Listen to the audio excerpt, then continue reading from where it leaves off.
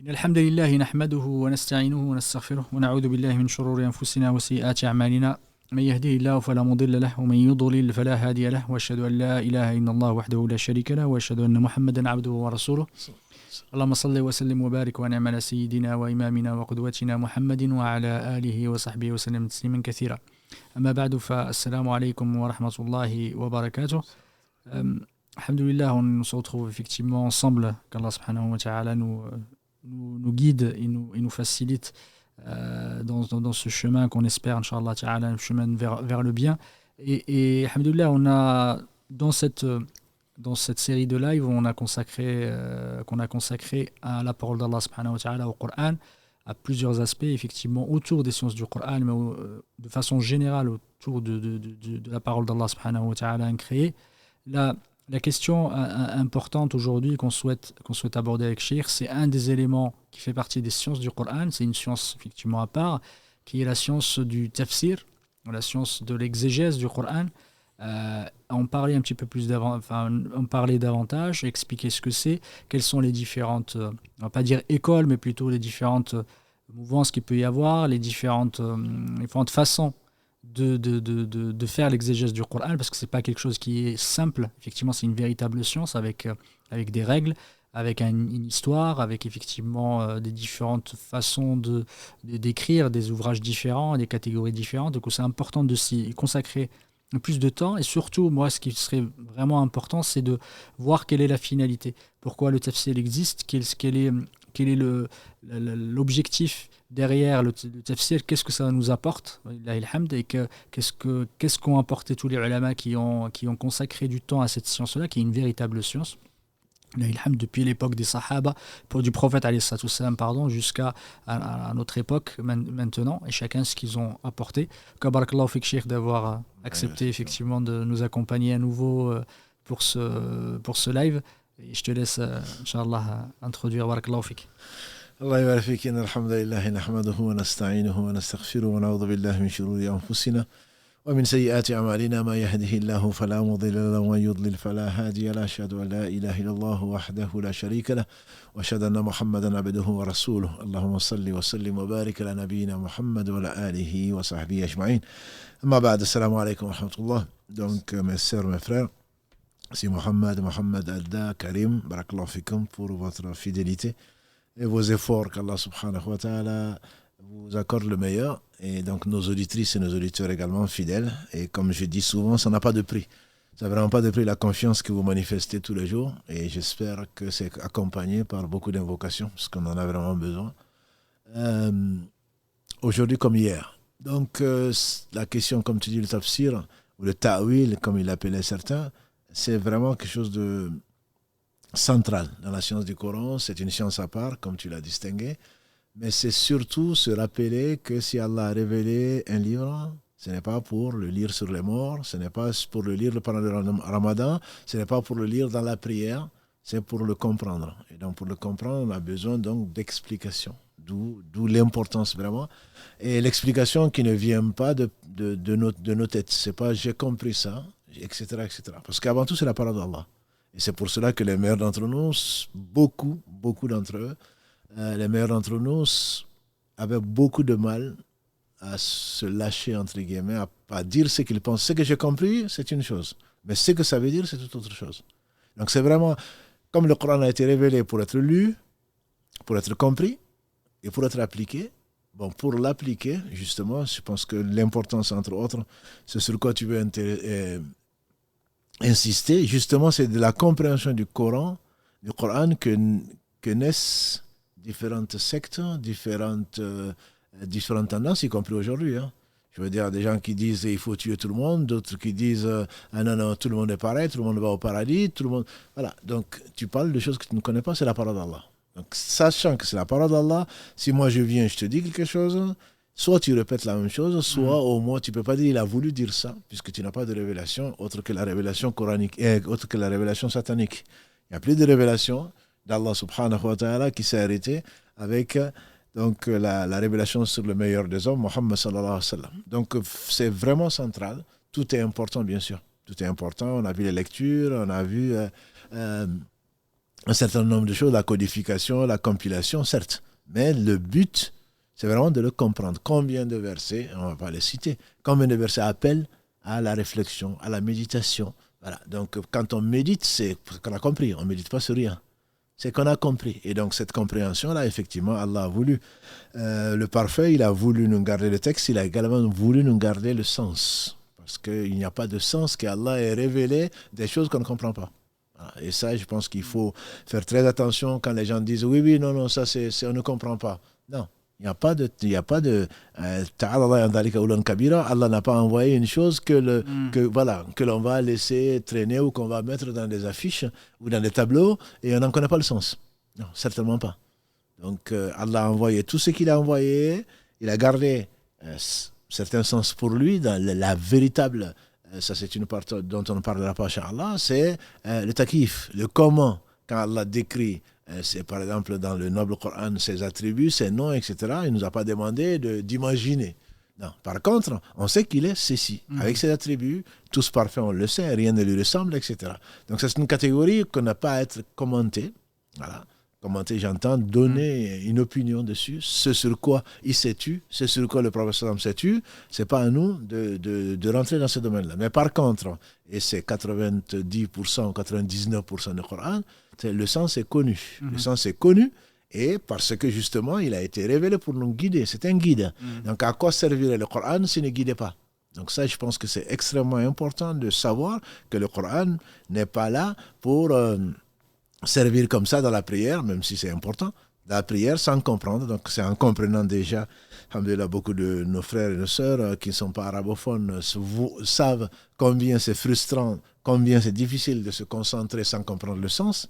Mais si je peux les rassurer, eux au moins ils font l'effort de comprendre, mais des gens qui comprennent arabe peuvent rentrer dans la prière, Allahu Akbar, Assalamu alaikum, sans se rappeler ce qu'ils ont lu. Je ne dis pas que c'est pire, mais en tout cas c'est pas mieux.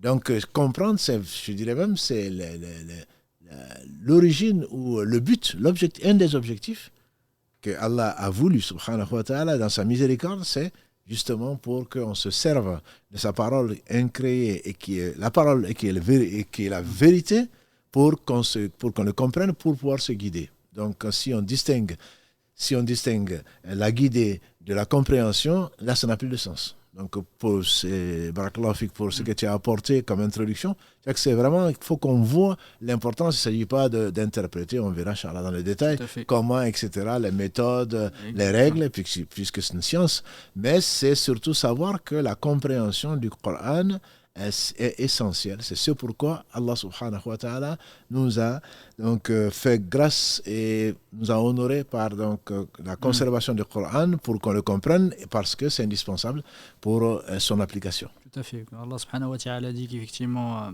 kitabun anzalna ilayka mubarakan dabbaru ayati, c'est un des objectifs majeurs effectivement qu'Allah subhanahu wa ta'ala, comme il a dit, a descendu le Coran béni pour que les gens méditent. Effectivement, ça c'est vraiment important. Il faut savoir que c'est un des objectifs majeurs et c'est une obligation pour chacun.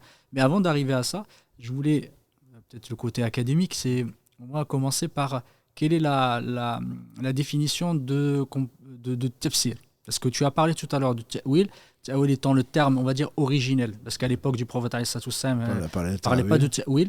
Et le ta'wil peut avoir effectivement, maintenant, le ta'wil peut être dévié, effectivement, de son sens originel. Mais, par exemple, Tabari, son livre, effectivement, c'est pas écrit tafsir, mais ta'wil. C'est pas les premiers livres, mais c'est un des livres, effectivement, majeurs. On parle de ta'wil. Est-ce que tu pourrais juste nous dire quelle est la signification, quelle est la définition de tafsir? Le tafsir, fassara, c'est détaillé. Donc le tafsir, c'est le fait d'abord d'expliquer les mots et leur sens. Et donc on va retrouver dans le tafsir des écoles qui ne vont faire que, entre guillemets, la traduction ou le sens des mots du Coran. C'est ce qu'on va trouver, entre autres, en français, en anglais, dans d'autres langues, etc. Donc ils vont prendre en arabe que veut dire ce mot-là, et donc ils vont les aligner, sans forcément lier le sens, le contexte, et c'est celui sur qui ça a été révélé et celui pour qui ça a été révélé. Donc on a abordé la science de Sababul Nuzul, donc qui permet également de mieux comprendre, De mieux voilà, comprendre, de comprendre le contexte, aide, voilà, ça aide à comprendre le contexte et donc à expliquer certains versets, à quelle occasion ça a été révélé, sur qui, où, etc. Donc ça aide, tout ceci fait partie de l'explication. Mais le tafsir, c'est le fait donc de détailler, d'expliquer les mots d'une part et le sens des mots dans leur contexte. Tout à fait. Voilà, donc ce qui fait que ce n'est pas que une traduction comme les gens peuvent l'imaginer. Effectivement, c'est le fait de Barakallahu fik d'avoir expliqué si bien effectivement le sens et le sens aussi dans un contexte, Barakallahu fik. Et c'est aussi une façon, effectivement, c'est expliquer le sens et également extraire les jugements, les jugements et les statuts religieux derrière effectivement ces versets, et aussi de comprendre ou d'extraire ce qu'on pourrait appeler des leçons, les ibar, le wa'd, etc. Derrière effectivement, quels sont les exemples, les sagesses qui sont derrière le Coran. Ça une des facettes, parce que le tafsir a plusieurs facettes, effectivement. L'important étant la compréhension, effectivement, du sens. Et derrière, comme certains, effectivement, on va voir les différentes... c'est pas le terme que je cherche, c'est les spécialités des fois qu'il y a dans les livres de tafsir. Il y a des livres qui sont très axés sur l'aspect de la jurisprudence. Effectivement, c'est d'extraire les jugements ou les statuts en fait des versets. Certains sont un peu plus dans le sens un peu linguistique, de l'éloquence, etc., etc. C'est pour ça que le tafsir en tant que tel, quand on le dépasse, on va arriver à un but bien précis. Et donc pour moi, c'est la conséquence du tafsir. Parce que le tafsir, c'est vraiment comprendre le sens. Après, qu'est-ce qu'on en tire? Effectivement, c'est là où ça amène à la pratique, à une incitation. Soit on en tire de sagesse, soit on en tire des lois. Comme tu dis, le statut de fiqh, etc. Même si le fiqh ne viendra pas expliquer, on tire de la compréhension, de l'explication des règles juridiques. Donc on comprend les sagesses, entre guillemets, à partir de la compréhension, encore une fois. Donc tout ça, pour moi, ce sont des sous-branches ou ce sont des branches donc, du tafsir qui conduisent nécessairement à mieux comprendre l'esprit dans lequel Allah a voulu mettre la facilité pour ses serviteurs. Barakallahu fik.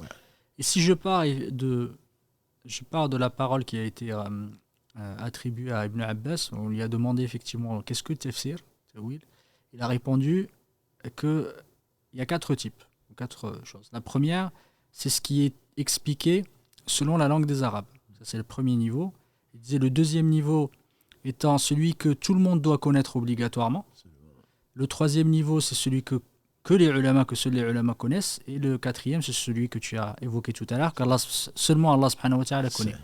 Et du coup, en passant effectivement par ces 4, si tu pouvais nous détailler ces 4-là, et aussi les statuts derrière chacun, parce qu'il y en a certains qui vont être obligatoires pour tout le monde, et qui vont être effectivement kifa'i, etc.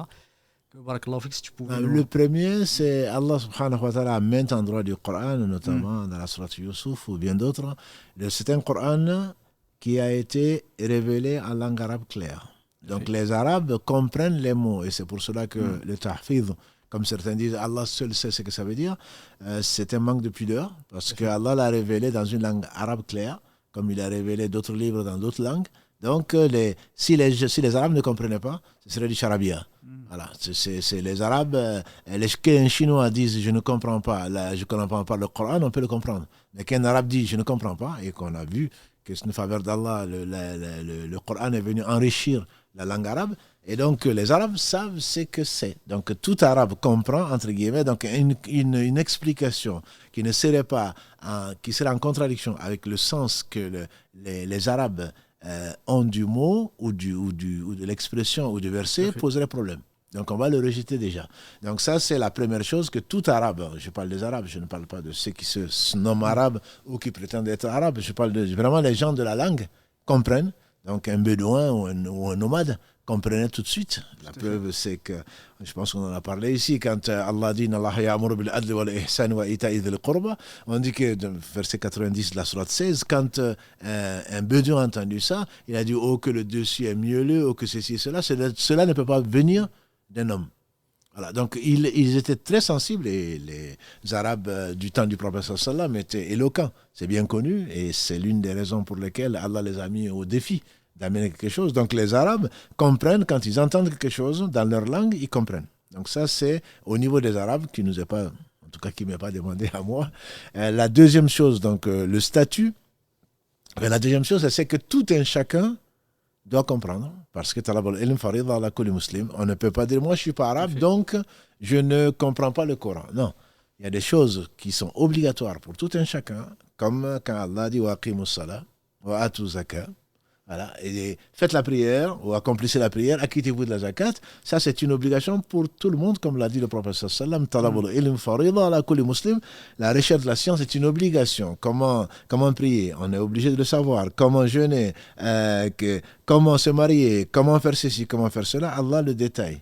Donc ça, c'est une obligation individuelle. C'est un fard qui aïn. Donc là, personne ne doit l'ignorer. Troisième statut, ce sont les spécialistes. Voilà, comme toi et d'autres. Non. Voilà. C'est les spécialistes donc, de la science du Coran qui se doivent donc de définir les règles, de faire le tri. Parce que, comme on le verra, Inch'Allah, il y a beaucoup de choses mensongères. De faire les bases, qu'est-ce qu'on peut accepter des gens du livre, qu'est-ce qu'on peut accepter d'explications qui sont données par les uns et les autres tendancieux, qui vont amener et faire croire qu'Allah a dit une chose alors qu'il n'a pas dit, etc. Donc, heureusement, ça devient un fard kifaï, donc une obligation collective. Si une partie de la communauté s'en acquitte, nous autres, nous serons donc dédouanés pour cela. Ça, c'est les spécialistes. C'est la quatrième par laquelle j'avais commencé pour ne plus en discuter. Donc, c'est des choses qu'Allah seul sait. Allah seul sait qu'il sait tout, mais il n'a pas donné ses explications, l'explication de ces choses-là à un humain, comment lui, subhanahu wa ta'ala, il fait, sauf qu'il dit que quand il veut qu'une chose existe, il suffit qu'il dise soit et la chose elle est. Et donc il y a des choses comme ça où comment Allah est, ses attributs, ses noms, ses actes, il ne les a pas expliqués. Voilà. Et on n'a pas à lui poser des questions. C'est lui qui pose des questions. Donc ça, ce statut-là, il est interdit d'aller poser des questions, comme on le fait dire, on a déjà vu à l'imam Malik, qu'il a posé une question comme ça, c'est une innovation. On n'a pas à le faire. Par contre, savoir comment jeûner, comment prier, ce qu'Allah a détaillé, c'est tout un chacun. Et depuis que Mohammed sallallahu alayhi wa sallam est arrivé, donc c'est blanc, noir, il n'y a pas de langue. Tout le monde doit suivre cette même charia qu'Allah a définie pour clôturer, pour parfaire ses bienfaits donc, sur l'humanité. Là, tout le monde doit le savoir et c'est peut-être le statut le plus important enfin, en tout cas de l'explication, parce qu'il faut le comprendre pour pouvoir le mettre en pratique. Est-ce qu'on, effectivement, la première catégorie étant celle effectivement, qui correspond à la compréhension des Arabes par rapport à la forme grammaticale, par rapport au sens de mots, lexique, etc. C'est quelque chose qui était connu. Et le Coran est descendu en langue arabe vers des personnes qui comprennent l'arabe et on ne comprendrait pas, effectivement, c'est-à-dire illogique qu'un livre soit descendu pour qu'il soit compris et que les gens à qui il est destiné ne le comprennent Absolument. pas. Ça, c'est pour ça que je disais, alhamdoulilah, à l'époque du prophète, les gens comprenaient en fait le Coran. Parce que le Coran n'est pas venu pour inventer une nouvelle langue. Il est venu enrichir effectivement par rapport à... Il n'a pas venu inventer de nouvelles choses, parce que sinon il l'aurait effectivement rejeté en disant ça c'est pas de l'arabe, ça vient pas de chez nous. Voilà, il ne l'aurait pas compris. Tout à fait, voilà, d'ailleurs. exactement. Dans la sourate Fussilat, Allah en parle. Le fait de dire effectivement les Sahaba ne comprenaient pas le Coran, c'est une erreur parce qu'ils le comprenaient. Mais parfois, on a besoin d'explications pour certains versets. Et on le verra effectivement, on en parlera. Parfois, les Sahaba demandaient, posaient la question. Celui qui n'a pas mélangé, on verra effectivement quelques exemples, Inch'Allah Ta'ala. Mais effectivement, le comprenait. Du coup, il vient avec une langue arabe claire, précise. Après, alhamdoulilah, le prophète était là pour expliquer effectivement le sens de ce qui était, on va dire pas ambigu, mais qui avait besoin d'explication. En revanche, ce que disent les ulama, comme Ibn Jarir, qu'Allah subhanahu wa ta'ala lui fasse miséricorde, il disait il faut que ces paroles-là, ou cette explication-là, soient conformes, même si effectivement linguistiquement, elle peut être compréhensible, ou elle peut être plausible, il faut qu'elle soit conforme à la parole de nos pieux prédécesseurs, les sahaba, les tabi'in et des ulama. Il ne faut pas que quelqu'un vienne parce qu'un mot, il a une explication effectivement linguistique ou qu'on vienne l'imposer parce que les Arabes ont expliqué comme ça et il est contradictoire, sa parole est contradictoire avec ce que les ulama et ce que les sahaba ont expliqué. Effectivement, il y a plusieurs mots qui peuvent être expliqués plusieurs fois. Quelqu'un ne va pas nous venir nous dire inna as-salata tanha 'anil fahsha'i wal munkar, il va nous dire la salat ici c'est le du'a. Tout à fait, absolument. Même si le salat dans la langue arabe peut être effectivement dua, mais dans ce sens-là, c'est la salat. C'est pas parce que linguistiquement ça nous le permet qu'on peut dire n'importe quoi. C'est pour ça que je voulais effectivement juste que tu nous parles de ce sujet. C'est pas parce que on est c'est un sens admissible en arabe qu'on l'admet. On l'admet. Non, tout à fait. C'est bon. C'est un pied de nez aussi aux réformistes modernes qui croient avoir ou qui croient réinventer la roue. Non, mais alhamdoulilah, les meilleurs, c'est connu, c'est les compagnons du prophète sallam, c'est la génération du prophète sallam, ensuite celle qui suit, Si ils ont, et on le verra, Inch'Allah, le prophète sallam a expliqué le Coran. C'est pour cela qu'il a été envoyé. Et donc, les compagnons du prophète sallam ont, comme Ibn Mas'ud qui disait, il n'y a pas un verset dont je ne connais pas le sabab al-nuzul, pourquoi il a été révélé, où il a été révélé. Donc, Ibn Abbas Kalalagré connaissait l'explication que Allah a voulu lui enseigner au travers du prophète sallam ou autre chose. Donc, les gens ne nous ont pas attendus. Ils n'ont pas attendu qu'un tel se réveille et finalement, il vient de comprendre. Donc, il y a eu des générations et des générations qui, en plus de la science qu'ils avaient, parce qu'ils avaient beaucoup plus de science que nous, en plus de la science qu'ils avaient la piété. Ce qui est rarement, ce qu'on trouve aujourd'hui, rarement. Donc, quelqu'un qui vient avec un avis singulier, en disant que oui, mais en arabe, on peut comprendre ça dans tel poème. Il comprenait mieux arabe que lui. Voilà. Donc, on va marcher sur des pas, on ne va pas marcher sur des œufs, on ne va pas prendre de risques. Si ces sens-là existaient, certainement, ils comprenaient mieux arabe que nous. S'ils ont abandonné ce sens, c'est parce que ça ne correspond pas à l'esprit des versets, ça ne correspond pas au hadith, ça ne correspond pas tout simplement à l'objectif qu'Allah subhanahu wa ta'ala a voulu. On ne va pas redécouvrir, entre guillemets, des sens qui n'existaient pas auparavant, même si linguistiquement ça peut être admis. Barakallahu fik. Et tu parlais effectivement du deuxième sujet, c'est celui qu'on connaît. Enfin, tout le monde doit connaître obligatoirement, c'est-à-dire que on n'a pas besoin d'intermédiaire, on n'a pas besoin d'explication pour le comprendre, parce que c'est tellement facile, c'est tellement simple à comprendre, et ça, que tu l'as dit tout à l'heure, c'est la quasi-majorité du Coran. Tout à fait, absolument. Alhamdulillah, on n'a pas besoin de sortir d'une université, on n'a pas besoin d'être à la troisième catégorie, des spécialistes de la chose. Quand Allah dit qu'il est unique, quand Allah dit qu'il y a d'autres êtres dignes d'adoration que lui, quand Allah dit qu'il faut faire la salat, ça veut dire que c'est accessible à tout un chacun. On n'a pas besoin d'avoir un QI de combien. Tout le monde le comprend et, bon, sans le chiffrer, on peut dire que c'est au moins 80 voire 90% du Coran. Voilà, voire plus. Donc ça, c'est le Coran est venu à la facilité, tant pour la mémorisation que pour la compréhension. Mais il y a bien entendu des rasikhuna fil ilm. Allah a voulu, entre autres dans la sourate 3, verset 7, il y a une catégorie de gens, une minorité que Allah a enrichi. Et comme l'a dit le prophète sallam, man uridillahi bihi khayran yufaqihu fid din. Quand Allah veut du bien à quelqu'un, il lui fait comprendre dans sa religion. Donc les savants sont ceux qui craignent Allah, c'est à ceux à qui Allah a donné une compréhension qui est au-dessus de la nôtre. Tout à fait. Voilà. Et donc il faut rester humble, il faudrait rester à sa place ou il faut apprendre de toute façon. Voilà. Donc c'est sûr que la quasi-totalité du Coran se comprend, en tout cas beaucoup, une large majorité se comprend sans qu'on ait besoin d'être un spécialiste.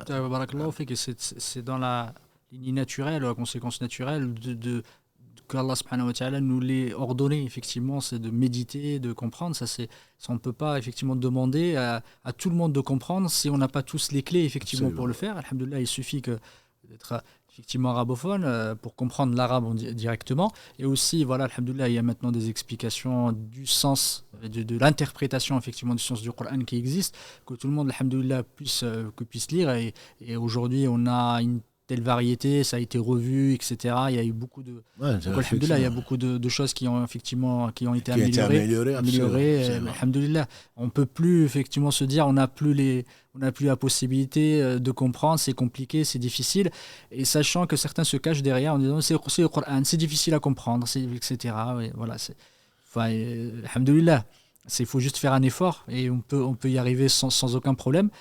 Là où je voulais effectivement arriver, quand on parlait dans ces 4 catégories, il y a la catégorie de celle la troisième dont tu parlais, celle qui va nous intéresser le plus, c'est la troisième. Effectivement, que les ulama, voilà, c'est celle qui est expliquée par les ulama.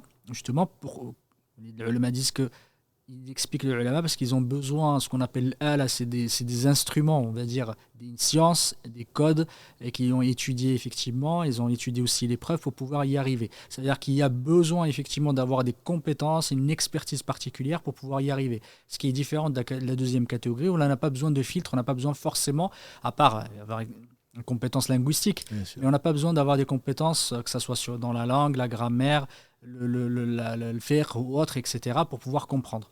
Et là où je voulais effectivement en parler, c'est un sujet qu'on appelle tafsir bil ra'i. C'est le fait d'expliquer l'exégèse par opinion, qui est dit que certains mettent en contradiction avec ce qu'on peut appeler tafsir bil ma'thur, c'est l'explication par ce qui est relaté ou ce qui est rapporté. C'est tafsir bil ra'i existe, mais il est à la fois, il peut être bon, il peut être aussi mauvais. Justement, si tu pouvais, on peut en parler de tafsir bil ra'i parce que on a beaucoup de problèmes là maintenant. Certains viennent et dire voilà, moi mon opinion, ma tête elle me dit, je pense que c'est ça, etc. On commence à sortir, voilà, certains sortent des explications extrêmement farfelues et qui n'ont aucun fondement. C'est au moins nous dire, quand on explique par opinion, quelles sont les bases pour que ça soit, enfin, les principes pour que ça soit admissible du point de vue du tafsir ou du point de vue de notre religion, et qu'on sait contraire et que ça sorte effectivement et que ça devienne une explication déviante, voire déviante plus que ça, effectivement fautive, où on parle d'Allah subhanahu wa ta'ala sans science, et ça c'est quelque chose qui est extrêmement grave. Justement, je pense que c'est important d'en parler, surtout qu'on parle de pseudo-réformateurs, etc. Le prophète sallam a dit dans un hadith qui est authentique, c'est celui qui parle d'Allah sans science, qui réserve sa place dans le feu. On peut le comprendre, celui qui également ment sur lui sciemment, qu'il réserve sa place au feu.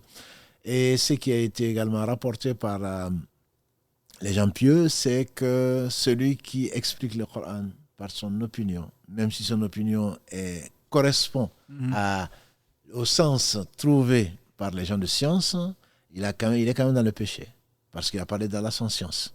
Et donc c'est pour cela qu'Allah traite de menteur celui qui parle sans preuve. Et donc dire comme ça, moi je crois que soit tu te prends pour ce que tu n'es pas, soit alors tu as menti. Donc dans l'islam, c'est scientifique, on a besoin de preuves. Pourquoi tu dis ceci? Donc comprendre, effectivement, on peut comprendre certaines choses en lisant, parce qu'on a des preuves, on sait que soit on va les retrouver ailleurs, soit l'esprit du Coran c'est cela, soit il y a des hadiths qui le disent, donc ça c'est le ma'thur dont tu parles, donc où il y a un athar, où il y a une trace, où il y a des hadiths, où il y a des versets, mais on en parlera peut-être plus tard, mais quand on va et qu'on accepte de donner son opinion dessus, ce n'est pas je pense que, d'ailleurs ça donne beaucoup de catastrophes pour des gens qui sont sectaires, qui sont déviants dans le dogme. Ils utilisent le Coran pour expliquer ce qu'ils ont en tête, en fait, pour venir au secours, pour appuyer leur secte. Notamment tous ceux qui sont contre Abu Bakr, Omar et tout le reste. Quand on entend Tabati Yada Abi Lahabin wa Tab, et qu'on va dire donc, que les deux mains, que Abu Lahab périsse, ainsi que les deux mains d'Abu Lahab périssent, ainsi que lui-même, qu'on va dire que ce verset veut dire que c'est Abu Bakr et Omar. Ça veut dire, c'est impossible. Et qu'on va prendre d'autres versets, il y en a vraiment beaucoup, en les expliquant, en disant je crois que. Ça n'a pas de sens, ça ne correspond ni d'un point de vue grammatical, d'un point de vue arabe, ça ne correspond pas du tout au sujet. Et deuxièmement, c'est vraiment, ça n'a rien à voir avec le sujet qui est abordé. Donc il faudrait au moins que d'un point de vue grammatical, d'un point de vue arabe, langue, que ce soit admissible, et également que cela corresponde au sens général que l'on peut tirer de là. Mais venir, c'est mon opinion. Pourquoi? D'ailleurs, beaucoup de gens qu'on appelle les Batini, et qui non, vous n'avez pas compris, ça c'est l'aspect extérieur. Quant à nous, c'est mon cœur qui m'a dit que ça veut dire ça. Je veux dire, c'est ton shaitan qui t'a dit que ça veut dire ça. Et tu parles d'Allah, tu parles de sa parole. Donc ça, ce sont des tendances. Il y a des règles. Quand on se permet d'expliquer un verset du Coran, il faudrait, comme dans toute chose dans l'islam, il faudrait avoir des preuves. Donc si tu n'as pas de preuves et que ta seule preuve, c'est ton cœur ou ta tête, ce sont des choses qui ne sont pas admissibles, tout simplement. Ça fait barakallahu fik, et effectivement, l'opinion, c'est tafsir bil ra'i, c'est par opinion, il peut être peut être bon, effectivement, quand il a des preuves, comme tu as dit, barakallahu fik, et des bases, et qu'on revient effectivement à quelque chose, même si c'est par opinion, parce qu'on n'a pas de... Grosso modo, on n'a pas une tradition du prophète alayhi salam qui nous l'explique, ou d'un des sahaba, des compagnons, mais on va effectivement expliquer, pas par opinion en fait, on peut en parler, c'est juste on va essayer de faire un ijtihad. C'est juste un ijtihad dans la compréhension, comme peut exister dans le fiqh, comme peut exister dans le hadith et d'autres, il y a du ijtihad effectivement, et c'est ce qu'on a à l'époque du prophète alayhi salam. Certains des sahaba ont expliqué, même si en fait ont compris, ça ne veut pas dire effectivement, et parfois le prophète alayhi salam, quand il venait corriger, comme celui qui différencie, tu sais, le khayt al-abyad du khayt al-aswad, c'est une ijtihad. Il a pris, effectivement, il a compris, il s'est mis il a pris le mot, et il a oublié le sens. C'est ça, exactement. C'est le verset 187, je crois, quand Allah dit de manger et boire jusqu'au petit jusqu'au fajr, en distinguant le fil blanc du fil noir. Et donc, cet homme, alhamdoulilah, qu'Allah l'agrée, parce que c'était un compagnon du prophète sallam, il s'est attaché un fil blanc à un pied, un fil noir à l'autre, et il était en train de manger jusqu'à ce qu'il distingue les deux. Le prophète sallam a dit, tu dois avoir vraiment des yeux de lynx, entre guillemets, si on peut le dire en français. Le fil noir du fil blanc, c'est la nuit et le jour. Voilà, donc le prophète a donné justement cette explication-là parce que lui, il a compris mot à mot, fil blanc, fil noir. Oui. Voilà, bon, on ne peut pas lui dire qu'il a mal compris, mais ce n'est pas le sens voulu par Allah subhanahu wa ta'ala. Parce que c'est le fajr, parce que lui, effectivement, parce que quand il va le distinguer, c'est quand le soleil va se lever. Et effectivement, c'est pas le lever du soleil. Si le soleil s'est pas levé, en tout cas, c'est ça. C'est ça. Ça veut dire que c'est au fajr, effectivement, et non pas au lever du soleil, parce que sinon, voilà, alhamdoulilah, mais le prophète alayhi salam, il n'y a pas. Il n'a pas reproché d'avoir compris, ça veut dire que ce n'est pas parce qu'on a compris un sens et qu'on a fait un ijtihad que forcément c'est dans le mauvais sens et qu'il faut attendre effectivement que le prophète alayhi salam, parce que le prophète alayhi salam ne nous a pas expliqué l'entièreté du Coran. Il y a des hadiths qui concernent effectivement certains versets, mais ce n'est pas pour autant quelque chose qui est mauvais. Ce qui est mauvais, effectivement, c'est de parler de soi-même. C'est de parler de sa tête, comme tu as dit, ou comme ma tête m'a dit, ou de inventer quelque chose que nos prédécesseurs, les ulama, effectivement, ont expliqué, sortir effectivement de ce corpus, on peut dire, et d'inventer soi-même. Du coup, ça, c'est un des problèmes qu'on retrouve aujourd'hui, et il y en a beaucoup qui utilisent le Coran pour venir confirmer leur dire ou certaines de leurs déviances en disant voilà, je vais aller m'appuyer sur ce verset parce que il peut effectivement m'apporter. Ils sont plus nombreux qu'on ne le croit. Parce que je dirais même c'est devenu une mode que les gens soit ils reviennent à l'islam, soit ils veulent attaquer l'islam, soit le cœur est de toute façon malade. Allah qui se dit non, moi j'ai une tête, j'ai un cœur, je comprends par moi-même. Tu n'es pas prophète, tu n'es pas pieux, tu ne connais pas assez pour pouvoir approcher le livre d'Allah. Il y a des règles. Donc, ce n'est pas je me suis réveillé que moi je vais prendre le Coran et je vais le lire. Le Coran a été révélé sur un homme pendant 23 ans qui a été accompagné dans un contexte bien particulier. Donc, si tu ne veux pas, c'est vraiment dommage que l'on ne puisse pas profiter de l'expérience des autres, de la richesse des autres. C'est si prétentieux. Moi, je prends le Coran, je vais le lire, je suis assez grand pour le comprendre. Oui. Je trouve que c'est assez dommage, très prétentieux, assez orgueilleux que de ne pas profiter de la science des autres.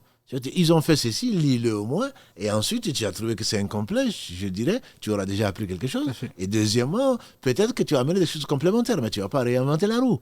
La roue, elle est ce qu'elle est. Les gens ont travaillé des siècles, ils étaient plus pieux que toi, ils étaient plus savants que toi, et aujourd'hui, toi tu vas devenir, et en plus, avec des traductions de sens. Ils n'ont même pas accès directement au Coran. Oui. Donc, ils ne comprennent même pas arabe. Voilà, ils vont prendre dans une traduction quelconque et ils vont commencer à philosopher. Non, mais Allah, montre-le-moi dans le Coran. Non, ce mot-là, ça ne veut pas dire ça. Moi, j'ai regardé, ça veut dire autre chose. Oui, mais ça veut dire autre chose parce que tu ne sais même pas ce que tu dis. Donc ça, c'est vraiment la preuve, entre guillemets, de la non-crainte d'Allah.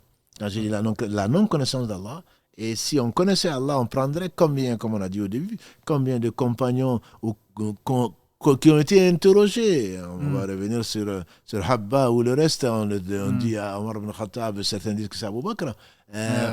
Fakihan wa Habba. Voilà, wa Habba, surat 80, verset 17 à 23, je crois. Et on aurait demandé à Abu Bakr, qu'est-ce que ça veut dire Habba? Il dit Fakiha, c'est connu, ce sont les fruits. Abba, quel ciel va me couvrir, quelle terre va me supporter si je dis d'Allah ce que je ne connais pas, le livre d'Allah ce que je ne connais pas. Et Omar ibn Khattab, on lui a posé la question Et il dit, et pourtant c'est un inspiré, s'il y en avait un dans la communauté, il dit, vous êtes en train de me tenter. Mais quel mal y a-t-il à ignorer ça? Et que je ne vais pas dire là où j'ai un doute quelconque. Moi, je le comprends d'une certaine façon, ne me poussez pas à dire d'Allah ce que je ne connais pas. Ibn Abbas, qui pourtant c'est celui qu'on appelle le traducteur du Coran, comme une fois on est venu lui poser des questions, et il dit, Allah a parlé de 2 jours, par exemple. Est-ce qu'un jour qui vaut 1000 mois et l'autre qui vaut 50? Il dit, Allah a parlé de 2 jours dans son livre. Qu'est-ce que ça peut t'apporter si tu n'es pas un spéculateur, quelqu'un qui veut philosopher ou quelqu'un qui se prend pour ce qui n'est pas? Allah nous a détaillé tous les points dont on a besoin. Pour aller chercher dans d'autres sources à plus que problématique, quelle est la couleur du chien de ceux qui étaient dans la grotte, combien ils étaient. Allah subhanahu wa ta'ala te parle d'hypothèses et il te dit de ne pas rentrer dans ce qui ne te concerne pas. Peu importe, il te raconte l'histoire et qui est vraie, bien entendu, et ensuite à toi d'en tirer les leçons, mais pas d'aller chercher sous quel était l'arbre sous lequel Moussa était quand Allah l'a appelé, etc. Si on croit en Allah, on croit au jour du jugement dernier, on ne va pas s'appesantir sur des questions, même pas ambiguës. Allah s'est tué dessus, comme l'a dit le prophète sallallahu alayhi wa sallam. Allah vous a ordonné des choses, faites-le. Il vous a interdit d'autres choses, abstenez-vous-en. Il s'est tué sur d'autres choses, ce n'est pas par oubli, c'est par miséricorde. Donc on n'a pas à interroger sur ça. Et quand on s'interroge, surtout qu'on n'aura jamais la preuve, en tout cas jusqu'au jour du jugement dernier, on n'aura jamais la preuve qu'on est dans le vrai. Donc à partir de ce moment-là, que l'on comprenne ce qui est accessible à tout le monde, c'est la deuxième catégorie dont on a parlé, donc que tout le monde peut comprendre et ensuite qu'on le mette en pratique, peut-être que Allah subhanahu wa ta'ala va nous enseigner mieux, parce que le cœur va être pur, en tout cas plus pur, parce qu'on va se rapprocher d'Allah, Allah va nous rapprocher, peut-être qu'on comprendra l'essence qu'on n'a pas compris aujourd'hui, plutôt que de se révolter et de mettre le bébé et l'eau du bain, donc de les jeter tous les deux, en disant non, personne n'a rien compris, moi je viens de comprendre. Donc ça, c'est une tendance malheureusement qui est très moderne aujourd'hui. Jazakallah khair, et effectivement le texte, le Coran, c'est pas un texte à prendre à la légère, c'est pas n'importe quel effectivement texte, c'est la parole d'Allah subhanahu wa ta'ala, il y a un côté sacré effectivement, et on l'aborde pas comme on aborde n'importe quel texte. On prend effectivement n'importe quel livre, un roman ou autre. Là il faut faire attention quand on parle d'Allah subhanahu wa ta'ala et quand on explique, c'est comme si, disent les ulama, enfin disent les sahaba, tu rapportes d'Allah. Il faut faire très attention. Effectivement, si tu le fais, et tu le fais tu le fais sans preuve et sans science, c'est un moment où tu rentres dans le mensonge, c'est-à-dire que tu mens sur Allah subhanahu wa ta'ala, et c'est quelque chose qui est extrêmement grave. Et barakallahu fik de l'avoir dit, et Ibn Mas'ud, radiyallahu ta'ala anhu, il y en a un de ses élèves qui était venu, il y a quelqu'un effectivement à Koufa, parce qu'il était à Koufa pour le Abu Bakr. C'est ma mémoire est bonne, c'est lui qui l'a envoyé. Et effectivement, un jour, quelqu'un est venu et commençait à expliquer le Coran, comme ça par opinion, en disant voilà, le jour du jugement dernier, effectivement, il a commencé effectivement à faire des explications, et quelqu'un qui est venu voir Ibn Mas'ud en disant un tel a fait ça. Un tel explique la parole d'Allah subhanahu wa ta'ala avec le ra'i. Il a dit qu'est-ce qui prend à ces gens-là? Ils ne comprennent pas la dangerosité. Si une partie de la science, c'est de dire pour les choses dont je ne connais pas les réponses, c'est de dire je ne sais pas. Ça fait partie de la science. Et c'est ça malheureusement qui manque aujourd'hui, c'est que quand on ne sait pas, on a du mal à dire je ne sais pas, alors que ça fait partie de la science. On parle, effectivement, on est sorti avec maintenant. Malheureusement, à un moment, avec l'introduction de la philosophie et ilm al-kalam, etc., on est rentré dans les spéculations, dans les supputations, dans les hypothèses, et ici, etc. Et ce qui n'était pas le cas à l'époque des sahaba, qui s'arrêtaient. Là où le prophète s'est arrêté, il y a des choses que le prophète ne nous a pas expliquées, des choses qu'Allah subhanahu wa ta'ala nous a pas expliquées dans le Coran. C'est pas une raison précise, effectivement, on ne le sait pas pourquoi. Mais il faut s'arrêter là où ils se sont arrêtés. Et c'est la posture effectivement des sahaba, c'est de s'arrêter là où Allah subhanahu wa ta'ala nous a pas expliqué, c'est de ne pas aller et de supporter ce qu'Allah subhanahu wa ta'ala nous a pas demandé effectivement de supporter. Contrairement à certains qui disent oui, mais le Coran même, il n'y a rien qu'on ne puisse pas expliquer et qu'on peut tout expliquer. Non, c'est une façon effectivement de le comprendre, c'est de comprendre que on ne peut pas le comprendre. Pourquoi? Parce que rasikhuna fil ilm, ils disent effectivement Et on croit, c'est ça qu'on attend. Effectivement, c'est qu'on accepte que ça vient d'Allah subhanahu wa ta'ala et accepter ce statut-là de ne pas le comprendre. Et justement. pourtant, comme tu dis, c'est ce qu'Allah subhanahu wa ta'ala dit, elle est enracinée dans la science. C'est ceux qui sont vraiment enracinés dans la science et disent on croit et tout vient de notre Seigneur.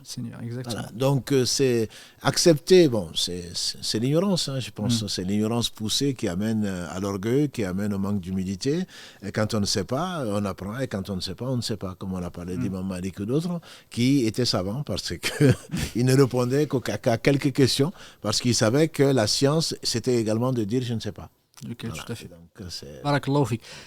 On a parlé effectivement de la science du tafsir. À l'époque du prophète le tafsir, effectivement, c'est le prophète qui s'en chargeait, même si certains sahaba faisaient parfois le ijtihad, même à l'époque du prophète il les faisait. À l'époque des sahaba, effectivement, certains ont été, on va dire, mis en avant, mais certains ont été connus effectivement pour le tafsir. Tu as parlé d'Ibn Abbas, mais il y en a d'autres, si tu pouvais effectivement nous en parler. Quels étaient les sahaba qui étaient les plus connus pour le tafsir? Parce qu'on connaît tous Ibn Abbas, parce que le prophète a fait effectivement le dua pour lui. Déjà, comme tu dis, le disant du prophète ceux qui connaissaient, ceux qui apprenaient, dont Ibn Mas'ud, dont j'ai un peu parlé, Ibn Mas'ud, Othman ibn Affan ou d'autres, ils apprenaient le Coran. Ils n'apprenaient pas comme nous on apprend aujourd'hui. Ils apprenaient, comme on a dit, ils ne dépassaient pas les 10 versets avant de les avoir compris et après, avant de les avoir mis en pratique. Donc ça déjà, c'est une méthodologie. On dit que Ibn Omar, on dit qu'il a mis 10 ans à apprendre Surat al-Baqarah. Certains disent 4 ans. Bref, donc c'est pas parce qu'il ne peut pas, c'est parce qu'il savait l'importance donc de la compréhension du Coran et il le prenait petit à petit et il demandait le sens et donc il étudiait. Ibn Mas'ud, quand le professeur m'a dit qu'il faut prendre le Coran de 4, ce n'est pas seulement le prendre d'un point de vue langue, d'un point de vue lecture dont on a parlé la semaine dernière et la semaine d'avant.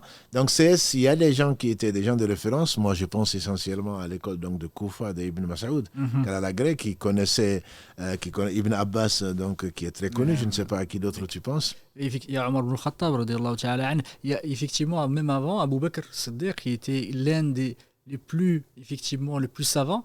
Ils disent, alors, il y a certains, effectivement, on a rapporté de lui quelques explications. Certains disent pourquoi, effectivement, on n'a pas eu beaucoup de lui, parce que ça n'a pas duré longtemps, effectivement. Ça n'a pas duré longtemps. Et surtout, il avait un moment très, très difficile. Il avait un moment très difficile, il était également le plus pieux d'entre eux. C'est ça, exactement. Et donc, il se contentait. Parce qu'il n'avait pas ce problème que nous avons aujourd'hui. Oui.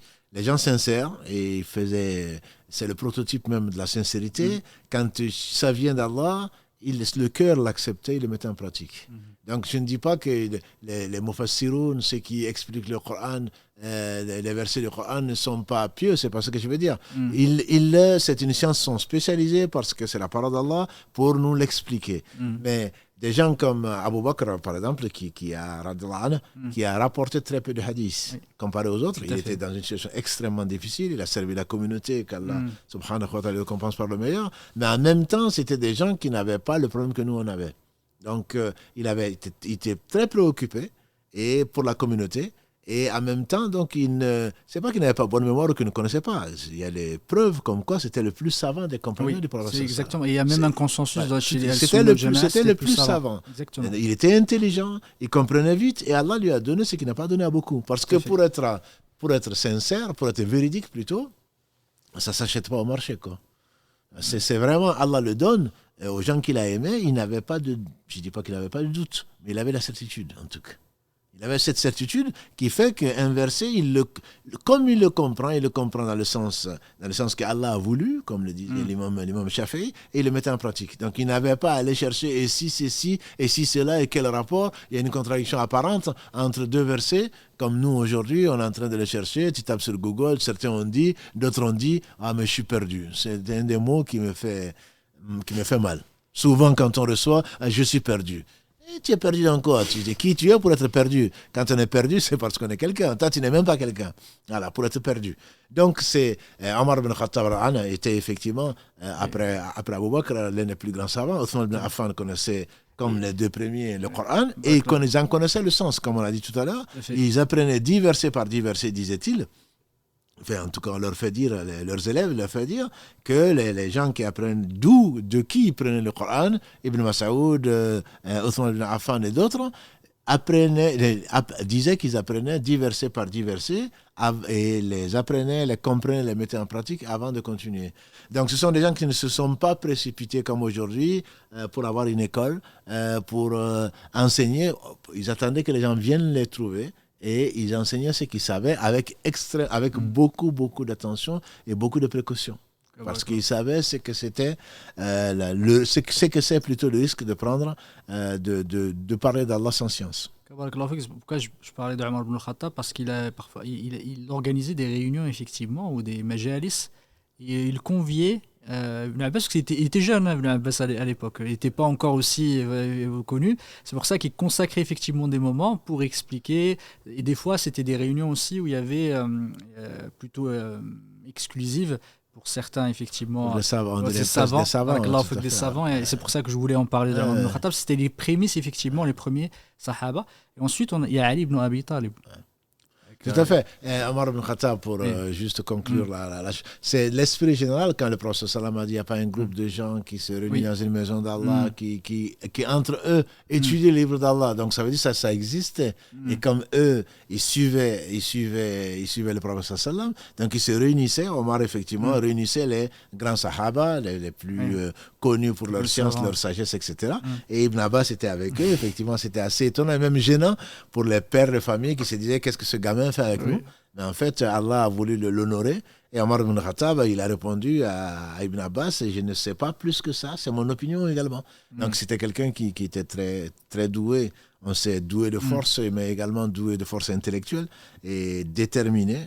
Par lui, Allah a ouvert beaucoup de portes à la communauté musulmane, qu'Allah récompense par le meilleur.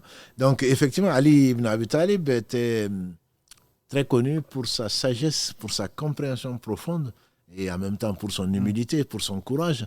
Donc il y a beaucoup de dires qui lui sont attribués, bien que dedans il y a à boire et à manger. Parce que ceux qui se réclament de lui, sans citer leur nom, sont souvent lui attribuent beaucoup de choses, mais des choses qui ont été vérifiées de lui étaient vraiment très très sages. Tout à fait. Et Allah lui a donné donc cette capacité. Avant tout, c'est un don. Je veux dire, faut pas penser que c'est pas un diplôme. C'est un diplôme, sinon un diplôme de piété. Donc, c'est de parler d'Allah avec connaissance et le mettre en pratique surtout. Donc, c'est pour cela que les 4 califes, on ne peut pas en parler, les compagnons du prophète sallam ne se posaient pas. On a vu tout à l'heure, aujourd'hui, dans la sourate Araf, quand Allah les loue, ce n'est pas pour que des batinistes ou des batinistes qui interprètent le Coran disent Muhammadur Rasulullah walladhina ma'ahu. Muhammad est le messager d'Allah et ceux qui sont avec lui, quand ils vont dire walladhina ma'ahu, ils vont dire qui? Il dit c'est Abu Bakr. Alors que même linguistiquement, il n'a pas dit walladhi ma'ahu. Il n'a pas dit et celui qui était avec lui. Il dit ceux qui sont avec lui. Il parle des compagnons du prophète sallam en général. Ashidda wal al-kufar, qui sont inflexibles avec les injustes, ils disent que c'est Omar. Ruhama'u baynahum. Othman était connu pour être très très doux, etc. Mais tout ça c'est au pluriel. Comme si c'est moi qui vais leur enseigner l'arabe. Tout ça c'était au pluriel. Et tarahum ruk'an sujada, et ils disent que ça c'est Ali. Il était très pieux, connu pour être pieux, très patient, dévoué, et simplement on lui a fait dire beaucoup de choses qu'il n'a pas dites, mais il faisait partie effectivement, il a très peu, à ma connaissance, il est très peu intervenu dans les spéculations, autre chose, pour ne pas dire, je n'en connais même pas un cas, et quand il parlait, c'était vraiment avec la science, et il fait partie effectivement des meilleurs compagnons du prophète sallam, pas seulement dans le tafsir d'ailleurs, je dirais presque dans tous les domaines, il était très respecté pour cela. Barakallahu fik, effectivement, je voulais juste insister effectivement sur Ali, et tu en as si bien parlé, certains ulama, je ne me rappelle plus qui avait dit ça, effectivement, il a dit que Ali ibn Abi Talib, rapport de lui, effectivement, qu'il connaissait l'explication de tous les versets, il n'y a pas un seul verset où il ne connaissait pas effectivement l'explication. Il disait, un des savants disait que Ali ibn Abi Talib était parmi les grands exégètes du Coran, mais ses élèves c'est eux effectivement qui ont il dit ضيعه تلاميذه, c'est qu'effectivement ils ont malheureusement certains qui se reconnaissaient en étant ses alliés, grosso modo, c'est eux malheureusement qui ont rapporté des inepties, des choses effectivement. Tout à fait, des inepties comme tu dis, des mensonges. C'est pour cela que dans la science peut-être le tafsir, plus qu'une autre science, il y a énormément il y a à boire et à manger. Tout à fait. Il y a des choses qui sont complètement fausses, il y a des choses qui sont complètement inventées, et c'est pour cela que vraiment il faut faire attention, qu'Allah bénisse les savants, notamment contemporains, qui prennent les anciens livres qui sont des livres de référence, mais dans lesquels on a pu trouver des choses inventées, des israéliates, etc., et qui sont en train donc de les dépouiller. Il y a beaucoup de... Parce qu'il y a eu des divergences, il y a eu des mouvements, il y a eu des sectes, et donc chacun a écrit, enfin chaque groupe a voulu écrire des tafassirs, donc les prières de tafsir, des explications, pour soutenir sa thèse. Ce qui fait qu'on peut trouver des choses qu'on attribue, bien sûr, s'enchaînent, qu'on attribue à Ali, qu'on attribue à d'autres, et en réalité qui sont visiblement des choses qui sont fausses, inventées complètement.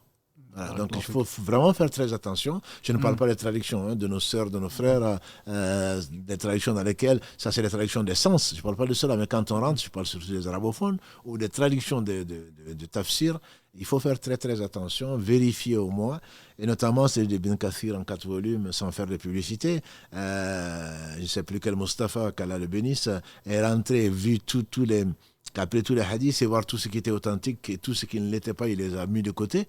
Et ça, je pense que c'est un travail pour ceux qui veulent reformer. Je pense que c'est un travail à faire. J'encouragerai les uns et les autres à plutôt faire du tahqiq, de vérifier qu'est-ce qui est faux dans ce qui est resté dans les meilleurs des livres, et plutôt que d'écrire à nouveau des choses moins bien et pour une notoriété ou quoi que ce soit. Je crois que ce serait plus utile à eux-mêmes et à la communauté de reprendre et de corriger, si on peut parler de correction, des choses qui sont fausses. En tout cas, moi, je les encouragerais dans ce sens-là. Et dans, effectivement, de cette histoire, en fait, de la science de l'exégèse, et après, il est arrivé, effectivement, à l'époque des Sahaba, on en a parlé. Ensuite, il y a celle des Tabi'in, effectivement, et certains effectivement, qui étaient connus, parce que élèves de certains qui étaient connus. Et à ce moment-là, on commence à vraiment voir des livres qui ont été écrits, effectivement, sur l'exégèse, parfois même sur l'exégèse complète du Coran. C'est à ce moment-là qu'on a commencé vraiment à écrire, ce qui n'était pas le cas avant. À partir de l'époque de Tabi'in, on connaît certains, si tu pouvais juste nous citer quelques noms de ceux qui sont les plus connus, qui sont justement les élèves de ceux dont on a parlé. On a déjà compris de ceux ou de celui à qui tu fais allusion. Celui à qui on fait le plus allusion, enfin qui est connu et qui est une référence, c'est Mujahid. Oui. Mujahid, qui était l'un des élèves de Ibn Abbas, il était élève également de Salama. Il était élève d'Abu Huraira, il était élève de Jabir ibn Abdillah. Il est né en 21 de l'Hégire et il est mort en 102 à la Mecque, donc à 81 ans. C'est quelqu'un de qui on dit qu'il a lui-même aurait dit qu'il a lu 3 fois tout le Coran devant Ibn Abbas et il s'arrêtait à chaque verset pour qu'il lui explique. Donc bon, ça sont des références, c'est pour cela que des savants comme Thawri ou d'autres disent que si ça vient de Mujahid, tu peux le prendre. Donc c'est vraiment des gens, certains disent qu'il a récité 30 fois le Coran devant Ibn Abbas. Donc il y a beaucoup de choses qui sont dites comme ça. Bon, il a également d'autres maîtres comme Akrama, comme Ata, etc., etc. Donc ce sont des gens qui sont des gens de référence, soit contemporains de Ibn Abbas, soit des tabeïns, des grands tabeïns qui leur ont enseigné. Bon, il y a Qatada qui est aussi également très connu.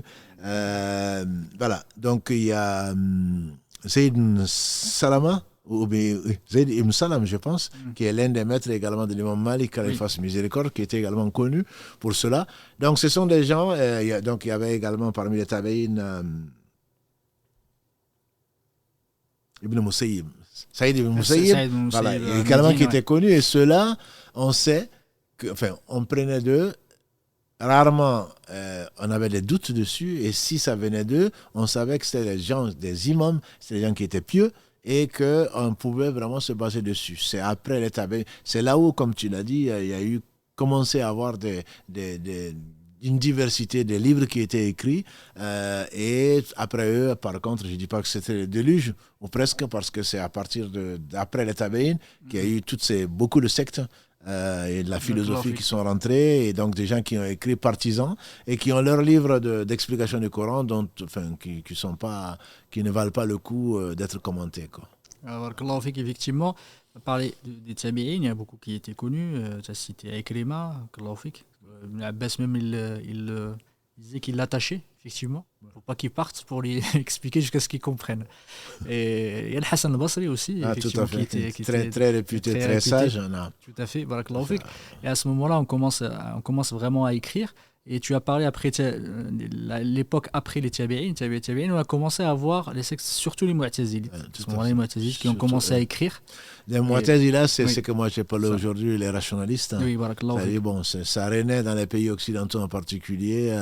Voilà, il y a des sites, je ne vous conseille pas d'aller les voir. Donc voilà, ils seraient modernes. C'est les héritiers des gens qui réfléchissent comme si le professeur ne réfléchissait pas, comme si les compagnons ne réfléchissaient pas eux. Donc c'est eux qui ont commencé à utiliser un certain nombre de documents qui ont fait rentrer la philosophie, qui ne croient à ce qui est logique, qui ont commencé à faire rentrer la raison, qui ont avancé la raison avant la révélation. Oui. Donc la raison, bien entendu, on est tous pour, forcément. Allah nous a donné, c'est une richesse.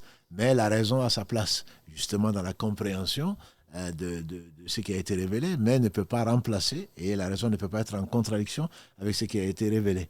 Voilà, donc ils ont nié un certain nombre d'attributs d'Allah subhanahu wa ta'ala. Ils ont, voilà, bon, on ne va pas rentrer dans le détail ce soir, mais juste les Mu'tazila, effectivement, c'est à partir de là, et ils ont eu, heureusement, puisque Allah a décrété que le meilleur, mais ça a été le malheur de beaucoup. Ils ont eu des califes qu'ils ont pu convaincre ou qui étaient à leur service. Donc ça fait beaucoup de mal aux gens de la Sunna, même c'était, alhamdulillah, ce qu'Allah avait décrété pour favoriser certains par rapport à d'autres, pour montrer le courage et la sagacité et la détermination de certains de leur époque, qui ne les ont pas laissé faire, et donc ils se sont battus, même bien que minoritaires à ce moment-là, pour qu'ensuite Allah donne la victoire aux gens de la vérité. Kabarakallahu fik. Il est déjà 22h59. Alhamdulillah. Alhamdulillah.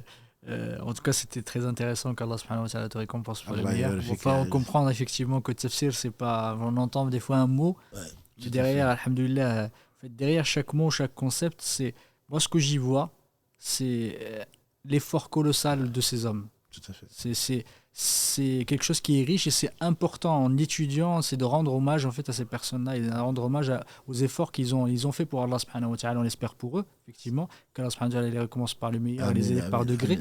C'est en fait en étudiant, même si on rentre pas trop dans le détail. Non, pas du tout. Si on souhaite rentrer dans le détail, ce sera beaucoup plus complexe. On n'a pas fini. Voilà, on n'a pas fini, effectivement, mais c'est au moins se dire, voilà, on le rend, comme disent à Serra, ce qui est à César, mais au moins en parlant de ces gens-là, on les remercie d'une certaine façon. On finit par les aimer, parce que, comme on dit souvent, on ne peut pas aimer ce qu'on n'aime pas, ce qu'on ne connaît pas, et comme l'homme il est avec les gens qu'il aime, vu les efforts colossaux qu'ils ont faits, on en est incapable, c'est même pas la peine. Ça nous encourage à faire un peu d'effort, et ça nous encourage à les aimer, à prier pour eux, et parce que Allah les a utilisés justement pour nous sauvegarder la vérité malgré les vicissitudes de cette vie. Et malgré les tendances des uns et des autres, c'est pas nouveau, hein.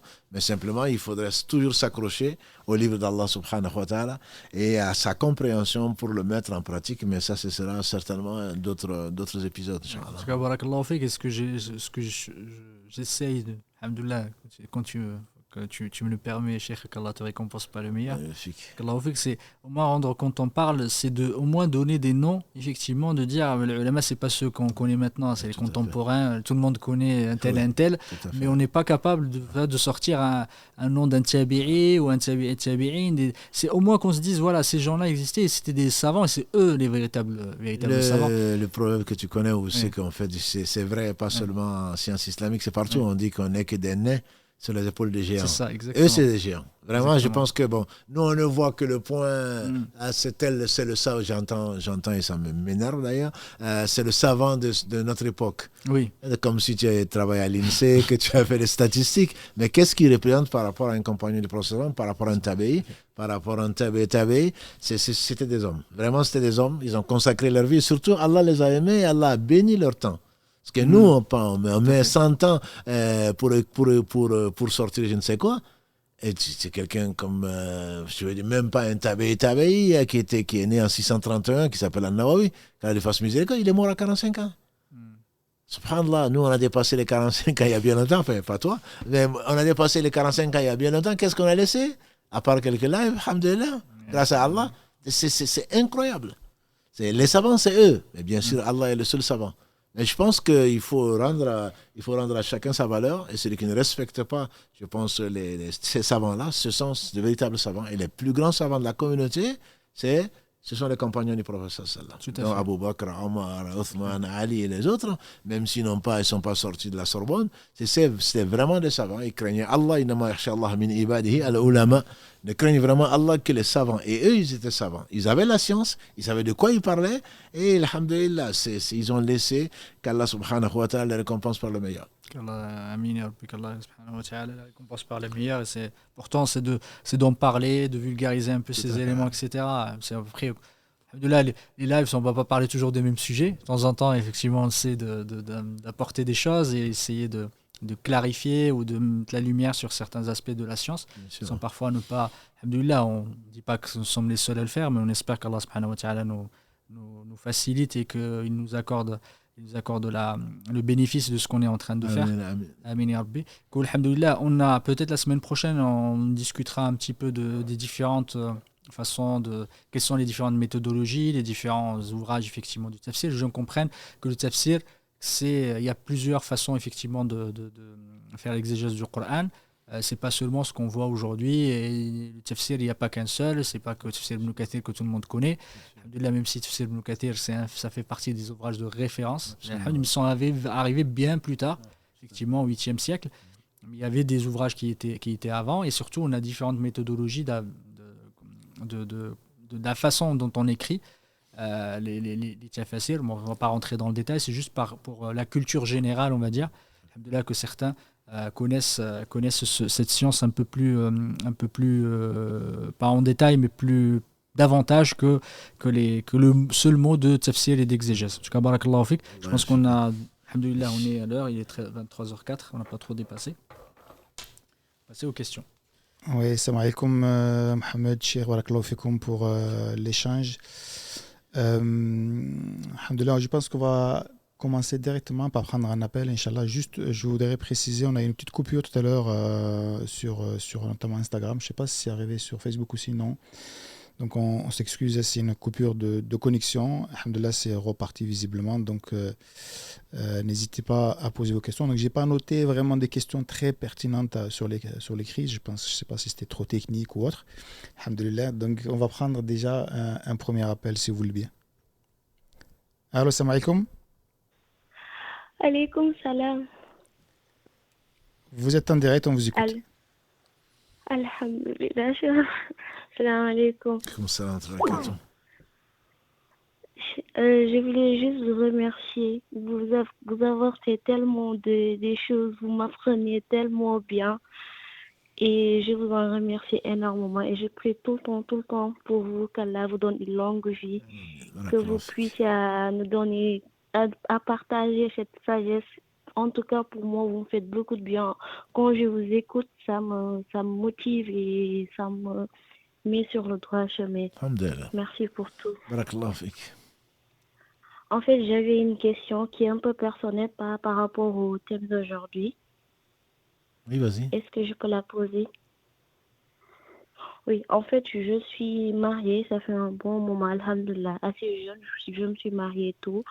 Ça va faire 7 ans que je suis mariée, j'ai déjà des enfants de bas âge, 2, alhamdoulilah.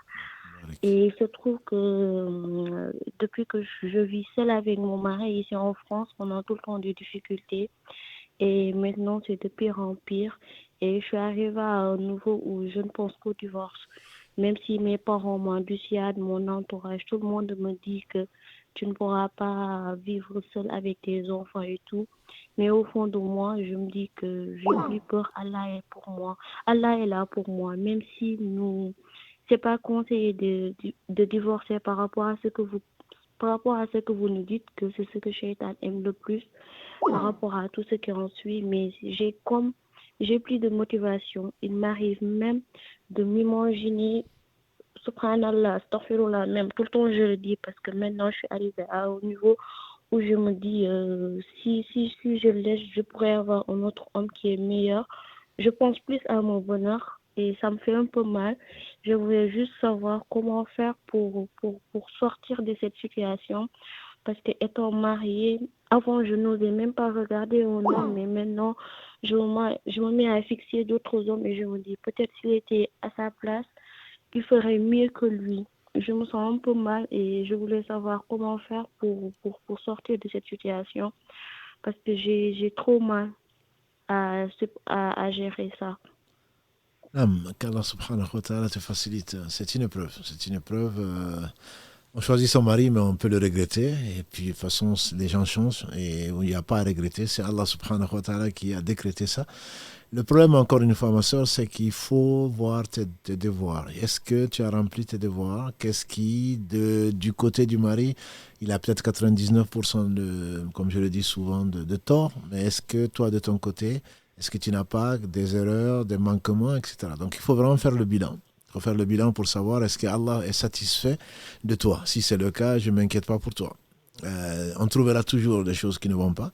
Je pense qu'il faut asseoir ce mari-là avant d'arriver à ce divorce. C'est Allah qui le conseille dans la Sourate 4, verset 34, d'appeler quelqu'un de ta famille, même si tu n'en as pas, appelle un imam, appelle un ami de la famille, quelqu'un de sa famille, s'asseoir et voir vraiment où est le problème. Si le mari ne prie plus, s'il ne te donne plus tes droits, etc., on te dira de patienter, mais si tu ne peux plus patienter, que maintenant tu as tendance plutôt, Shaitan rentre et que tu as tendance à céder plus facilement au haram qu'avant, à ce moment-là, il n'y a pas d'autre solution, c'est Allah qui le permet, c'est le divorce. Mais avant d'y arriver, prie Allah subhanahu wa ta'ala, avec ou sans mari, de toute façon, il faut que tu baisses les yeux, que tu sois chaste, avec ou sans mari. Donc je comprends que tu peux être plus tenté aujourd'hui qu'avant, quand vous vous entendiez. Donc il faut vraiment prier Allah subhanahu wa ta'ala, jeûner.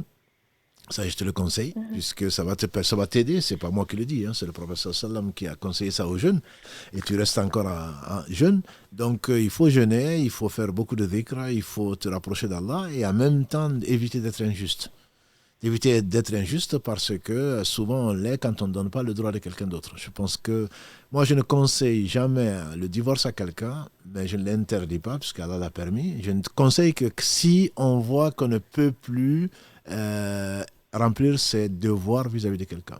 Donc quand on devient injuste, le mieux c'est d'arrêter. Voilà. Donc il faut vraiment que il faut vraiment que tu fasses le bilan. Si tu n'arrives plus à remplir ton rôle d'épouse, de mère, ça je pense que tu y arriveras, Inch'Allah, mais le rôle d'épouse parce que tu ne l'aimes plus, parce que tu n'accepteras plus ses invitations, parce que, voilà, c'est déjà arrivé dans la vie du prophète sallam, celle qui a dit au prophète sallam, je ne reproche rien à Qaïs, mais je ne l'aime plus, je n'arrive plus à le supporter. Il a dit, est-ce que tu acceptes de lui rendre son jardin? Elle a dit oui. Il a dit à son compagnon et à ce compagnon-là de lui rendre la liberté, de prendre son jardin. Mais avant d'arriver là, il faut vraiment que ce soit la dernière des solutions. Je ne dis pas que c'est à l'impossible, nul n'est tenu. C'est pour cela qu'Allah a permis le divorce. Si toi tu veux aller vers Allah et que lui il veut t'amener ailleurs, ben c'est sûr que ça devient incompatible. Mais avant cela, Allah donne un certain nombre donc, de pistes et un certain nombre de conseils qu'il faudrait continuer à faire, même si vous ne connaissez personne en France, alhamdoulilah, vous êtes entouré quand même vous connaissez des gens de la famille, du pays, de je ne sais quoi d'autre, sinon on est tous des frères, de la mosquée ou d'ailleurs, au moins pour essayer, pas seulement de vous conseiller, mais vraiment essayer de voir, de vous aider plutôt, de vous accompagner. Et si effectivement il voit qu'il n'y a pas d'autre solution, mais Allah subhanahu wa ta'ala l'aura décrété et on peut se passer de tout sauf d'Allah. Donc si vraiment vous n'y arrivez plus, après avoir tout essayé, ben, il restera la solution que Allah permet de faire. D'accord, je pense que c'était ça mon problème. Mes devoirs en tant que d'épouse en intimité, c'est devenu un problème pour moi. Je le fuis et tout. Alhamdulillah, il est musulman pratiquant et tout. Il remplit ses devoirs comme les charges et tout. Mais le problème, c'est que il me réclame que je ne suis pas assez soumise en tant que femme et qu'on a un problème de communication. Du coup, à force de garder beaucoup de choses pour moi, je suis arrivée à un moment où j'ai plus de motivation et je n'ai plus aucun ressenti pour lui. Mais pour accomplir mes devoirs d'épouse en intimité, c'est devenu un problème. Justement, je C'est ça. pense que c'est... Enfin, personnellement, je ne vois que l'une de mes hypothèses où on peut conseiller de la séparation, c'est quand on voit qu'on ne peut pas, comme vous le savez, vous connaissez les conséquences du fait donc de refuser ça. Et si vraiment la personne peut se reformer pour changer les choses, parce que la communication peut également venir, peut-être qu'elle n'est pas consciente de ce qu'elle fait. Nous avons tous hérité de modes de vie. Nos parents, rarement on les a vus en train de communiquer. Moi, la communication, c'est ici que je l'ai découverte. Hein. Entre guillemets, il n'y a pas de communication. Voilà. Donc, dans nos familles, on a été éduqués comme ça. Et alhamdoulilah, si la personne est consciente qu'elle ne communique pas, ben, il faut qu'elle communique, il faut que vous travaillez ensemble. Et c'est pas parce que ça a toujours été comme ça pendant 7 ans que ça va pas changer. Si elle a envie de changer, je pense qu'il faut lui donner la chance de pouvoir changer, mais à condition qu'elle veuille vraiment changer. Et si ça ne change pas, effectivement, si vous n'arrivez plus à remplir un de vos devoirs vis-à-vis d'Allah, qui est un devoir central, c'est pourquoi, entre autres, on se marie, à ce moment-là, vous n'aurez pas le choix. Mais je vous conseillerais très fortement de craindre Allah, donc de baisser les yeux, de jeûner et d'invoquer Allah, notamment le dernier tiers de la nuit, et faire intervenir les gens. S'il ne veut pas, à ce moment-là, bon, vous n'aurez pas le choix. D'accord. Merci beaucoup, Barakallah Fikoum. Allah yabarak fik. Et je demande aux gens pardon si j'ai un peu abusé du temps. Barakallahu fik, ma soeur.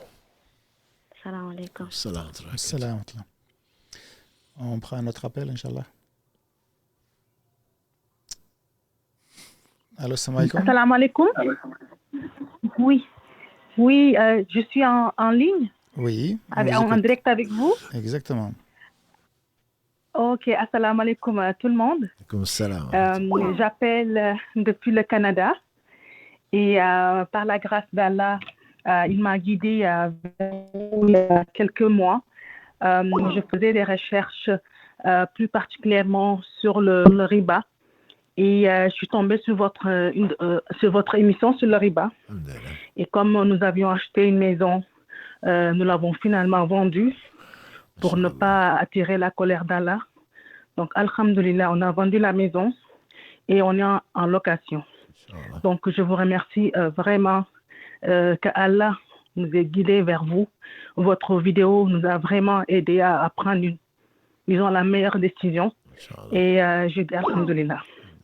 Ma question en fait concerne quand moi je faisais ma recherche par rapport au riba, j'ai trouvé plusieurs interprétations disant que le riba qui est écrit dans le Coran, la manière dont c'est écrit, c'est pas réellement le riba d'aujourd'hui. Disons le riba qui se passe aujourd'hui avec les intérêts, avec la banque, le riba dans le temps de notre prophète sallallahu alayhi wa sallam n'est pas du tout pareil. Donc je me dis peut-être mes autres frères et sœurs sont tombés là-dessus et pensent que le fait de contracter des intérêts bancaires, c'est tout à fait normal et que c'est pas haram. Donc je dirais, si moi, je dis alhamdoulilah, Allah m'a guidé, mon mari et moi, et on espère qu'il va nous pardonner de l'avoir fait. Et j'aimerais, si vous pourriez expliquer plus clairement que le riba le riba dont on parle dans le Coran, c'est réellement le riba qui se passe aujourd'hui en 2023. C'est pas vraiment différent. Donc c'était ça mon inquiétude pour les autres, en espérant que Allah nous pardonne et nous guide tous. Amen. Voilà, merci. Barakallahu fik de nous appeler du Canada, de prier pour nous. Alhamdulillah, ça sert au moins à quelque chose. Et alhamdulillah, donc je vais laisser la parole à... Non. C'est général, alhamdulillah, c'est une question Je vais générale. laisser la parole à notre spécialiste des finances islamiques. Spécialiste. Non. Donc je vais laisser la parole à Mohamed. C'est un grand mot pour la spécialiste. Alhamdulillah, le riba, effectivement, dans le Coran, il n'a pas été expliqué dans le détail de ce que c'était le riba, mais c'est faux de dire que le riba dans le Coran ne veut pas dire le prêt avec intérêt. C'est exactement ça qui a été effectivement évoqué. et surtout dans le verset de ceux qui mangent le riba en multiples, ça correspondait à la pratique qui existait à l'époque effectivement de la Jahiliya, où on demandait de l'intérêt vis-à-vis du temps. Effectivement, c'est plus si tu veux, comme disait à l'époque, imma an taqdi wa imma an turbi. Il disait soit tu payes, si tu veux rajouter du temps, tu me rajoutes de l'argent. Et ça, c'est exactement ce qui se passait. Et ça, c'est le riba que faisait l'Abbas, effectivement, l'oncle du prophète, avant l'avènement de l'islam. C'est quelque chose qui était connu à cette époque-là. Et l'islam est venu effectivement abroger ou venu interdire cette pratique-là, qui était une pratique qui mettait en avant, qui consacrait l'injustice vis-à-vis des personnes dans le besoin. Et c'est ça que l'islam est venu interdire. Mais nous, on n'y voit pas de problème. Mais le souci, quand on emprunte, on n'y voit que l'intérêt, notre bénéfice, mais c'est de participer à une injustice. Le fait de prêter de l'argent avec intérêt, ça fait partie d'un fait qui est blâmable, et c'est un fait, comme j'ai dit à plusieurs reprises, la vie, en tout cas même la vie économique, nous a démontré tous les dangers derrière le riba. C'est le riba aujourd'hui, où le riba, il y a des États même qui n'ont plus aucune autonomie, ni politique, ni décisionnelle, à cause effectivement du riba. Ils empruntent, ils ne peuvent même plus décider de ce qu'ils peuvent faire, parce que c'est dicté par le FMI, par ceux qui leur prêtent en fait avec intérêt. Et ça, c'est extrêmement problématique. On les voit, il y en a beaucoup qui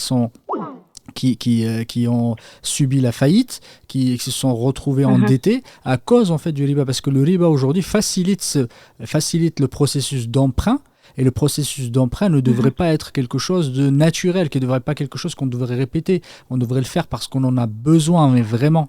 Même dans un prêt, sans qu'il soit avec intérêt. Le prêt, c'est quelque chose qui va nous mettre en danger. Pourquoi ? Parce qu'on est peut-être dans la capacité de rembourser. On est en train effectivement d'engager notre propre responsabilité vis-à-vis des autres. Et le principe en islam, c'est la précaution, et c'est salam, à ce que disent les ulama, c'est de ne pas engager effectivement sa responsabilité pour rien. Et quand on commence à s'engager dans ce processus-là, ou dans cette porte d'entrée qui est une porte de mal, c'est de l'emprunt avec intérêt, qui est facilité par les prêts à la consommation. On commence à emprunter pour n'importe quoi, parfois avec des facilités de paiement, etc. C'est pour nous engager dans une voie qui n'a pas, malheureusement, qui est sans issue, et qui parfois peut nous amener qui nous amène vers des conséquences extrêmement néfastes. Du coup, il faut faire très très attention. Le riba dans le Coran justement parle de ça, parle du riba avec intérêt. Ce que certains en fait disent que c'est pas que ça ne concerne pas le riba. Ce qu'ils disent, c'est que oui, mais ce n'est pas applicable à l'argent d'aujourd'hui, en monnaie actuelle. Du coup, parce que ces monnaies-là, on ne peut pas les considérer comme étant du naqdayn, etc. C'est pas la même chose que l'or et l'argent, et ceci, cela. Mais ça, c'est des explications qui sont malheureusement fallacieuses et qui n'ont pas aucun intérêt, parce qu'elles sont ni logiques, ils sont ni basés sur des preuves, ni logiques. On ne peut pas malheureusement différencier ceux qui payaient en dinars et en dirhams à l'époque et ceux qui sont payés en euros en disant mais c'est pas la même chose, parce que c'est de la monnaie qui est en papier, qui n'est pas... Tout ça, c'est pour moi des arguments qui ne sont pas du tout valables, parce que on prend la situation à l'époque et la situation maintenant, c'est exactement la même, avec les mêmes conditions, même par qiyas, même si on dit on n'a pas de preuves réelles, c'est juste par analogie, qui est un des principes fondamentaux de la jurisprudence en islam. Par analogie, si on prend à l'époque ce qui se passait et ce qui se passe maintenant, personne ne peut dire effectivement qu'à l'époque, on autorisait le prêt avec intérêt, sauf des avis extrêmement négligeables, on va dire, même que personne n'accepte. Ça, pour moi, c'est une fausse interprétation, et ça fait partie des interprétations, des mauvaises interprétations du Coran par opinion, qui ne sont pas basées sur des preuves, malheureusement. Et c'est juste rechercher, malheureusement, un argument pour soutenir ou pour trouver un prétexte pour autoriser en fait le prêt avec intérêt. C'est ça qui est malheureux. Et même moi j'ai pas vu, malheureusement, j'ai pas vu dans les fatwas, même ceux qui ont émis, les instances qui ont émis des fatwas pour autoriser le prêt avec intérêt pour acheter des maisons. Et je n'ai pas vu qu'ils aient mis en avant l'argument que le riba n'était pas applicable, que c'est pas la même chose que le riba. J'ai pas vu ça. Ils ont mis en avant d'autres arguments, mais ils n'ont jamais dit que ce n'était pas du riba. Ils ont dit que c'était du riba, mais c'est une dérogation qui est différente. Quand on dit que c'est une dérogation, c'est une dérogation par rapport à une règle. Ce n'était pas des fatwas, en fait, que j'avais vu. Oui, j'avais consulté la fatwa et tout, mais j'avais aussi regardé comme Google, et puis Google, en fait, qui nous dit, en fait, que ils nous ont donné plusieurs interprétations du riba. En tout cas, il y avait plusieurs noms, riba, ceci, riba, ceci, donc j'étais comme complètement perdue. Et comme j'ai dit, dans cette époque, je suis allée acheter en me disant, c'est vraiment, on est en 2017 et puis c'est pas ça. Mais en tout cas, je rends grâce à Allah d'avoir tombé sur votre vidéo sur le riba et puis voilà, on s'est dit, je pense que c'est ça, voilà. Jazakallah, qu'Allah te facilite effectivement, qu'Allah te récompense par le meilleur pour la décision que tu as prise. Amin. Qu'il a, alhamdoulilah, amin. la bonne et qu'Allah vous assiste et vous facilite. Merci beaucoup pour tout le travail que vous faites pour la communauté. Qu'Allah vous bénisse, qu'Allah vous récompense. On vous suit partout dans le monde et puis vraiment, alhamdoulilah, qu'Allah vous donne la santé et la longue vie. Merci beaucoup. La sœur, parce que pour nous c'est une leçon, c'est une leçon. Je parle pas de pour Mohammed et moi ou d'autres. Je pense que c'est une leçon, c'est Allah guide qui veut et on n'a pas à juger quelqu'un. Beaucoup d'entre nous sont ignorants ou sont tombés sur des fatwas ou se sont trompés. Et Allah donne la force à certains, pas à tous. Allah donne la force à certains de revenir et c'est ce qu'on appelle vraiment le repentir sincère. Et ça faisait partie effectivement de ces conditions de repentir sincère. En tout cas, qu'Allah vous donne mieux que ce que vous avez perdu, si vous n'avez rien perdu. Le prophète sallam a dit personne n'a abandonné une chose pour Allah sans qu'Allah lui donne mieux. Donc je suis convaincu et je suis certain que ça va vous arriver, Inch'Allah, qu'Allah vous accompagne. Amin. Et juste avant de raccrocher, merci beaucoup. Juste avant de raccrocher, ma sœur, est-ce que vous pouvez nous dire à quelle heure il est chez vous? Ah oui, en fait, en ce moment, il est 17h24 à Ottawa. Alhamdulillah. Barakallahu fikum en tout cas. Alhamdulillah. C'est juste, je voulais effectivement réagir par rapport à ce qu'il disait, c'est Google. Faites très très attention à Google. Est-ce que c'est pas parce que c'est écrit dans Google que c'est vrai? Aujourd'hui, il faut faire très très attention. Exactement. Cher qu'Allah le récompense par le meilleur, il nous en a parlé plusieurs fois et c'est effectivement de façon extrêmement claire. Faites attention, vous prenez effectivement la science parce que toute cette science, c'est la religion. Effectivement, c'est ça qui détermine effectivement notre religion. Il faut faire très très attention. Écrire, c'est pas parce que c'est écrit. Il y en a beaucoup qui disent oui, j'ai vu que ça a été écrit quelque part, j'ai vu que ça a été dit par un tel, etc. Ça, ce n'est pas une preuve. Effectivement, c'est pas parce que ça a été écrit. Même dans un livre, effectivement, alhamdoulilah, ça peut être écrit, c'est bien écrit, diffusé, vendu dans les librairies et autres, mais ça ne veut pas dire qu'effectivement c'est la parole qu'on devrait suivre. Il faut faire un effort de par qui on prend cette science-là, et ça c'est notre devoir effectivement de chercher et de choisir par qui on prend notre science, surtout pour les personnes lambda comme nous, effectivement. On n'est pas des spécialistes, on n'est pas des jurisconsultes, on n'est pas des ulama. Nous, on prend effectivement notre devoir, c'est de rechercher et de choisir par qui on prend notre science. Et c'est ça qu'on devrait choisir. Et c'est surtout pas Google. Surtout pas cher Google, ça je vous le dis. Et évitez parce que on trouve, c'est pas avec Wikipédia qu'on va chercher effectivement la science. Faites très attention. Alhamdoulilah, je sais que vous faites attention, mais c'est un rappel pour nos sœurs et nos frères. C'est pas tous ceux qui utilisent une terminologie islamique, ça veut dire que ce sont des savants et on peut en prendre d'eux et on peut effectivement être exempt. Devant Allah subhanahu wa ta'ala, avoir un argument solide le jour du jugement dernier. Voilà. Barakallahu fikum, qu'Allah vous facilite et vous récompense par le meilleur. Barakallahu fik, Mohamed Cheikh pour la réponse. On prend notre appel, Inch'Allah. Allô, salam alaikum. Wa alaikum salam. Vous êtes en direct, on vous écoute, Inch'Allah. Oui, merci. Alors, j'ai une petite question, c'est concernant le dhikr.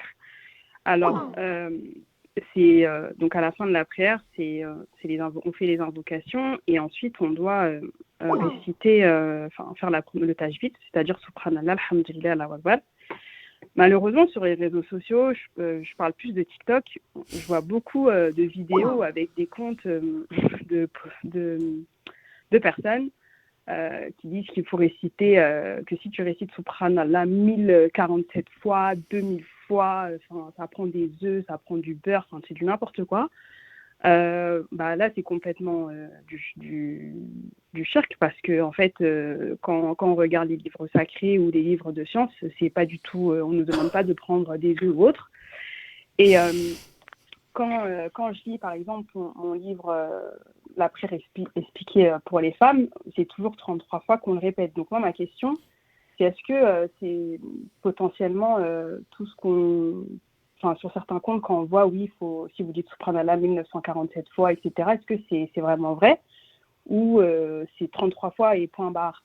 Parce que c'est vrai qu'il y a des personnes qui disent si, et moi, j'ai posé la question auprès de proches. Malheureusement, j'ai des oncles, en fait, qui restent dans leur, on va dire, tradition, qui vont me dire oui, ça marche. Et j'ai la nouvelle génération qui me dit non, c'est pas vrai. Donc en fait, moi, je suis un petit peu perdue par rapport à ça. Donc je voulais que vous me répondiez, s'il vous plaît. Alhamdulillah. Le dhikr, plus on en fait, mieux c'est. Ce sont les meilleurs, effectivement, comme l'a dit le prophète sallam, c'est ceux qui se rappellent le plus Allah. Mais ceux qui se rappellent le plus Allah, c'est ceux qui le craignent le plus, c'est ceux qui suivent la sunna du prophète sallam. Donc, ce n'est pas une question de chiffres.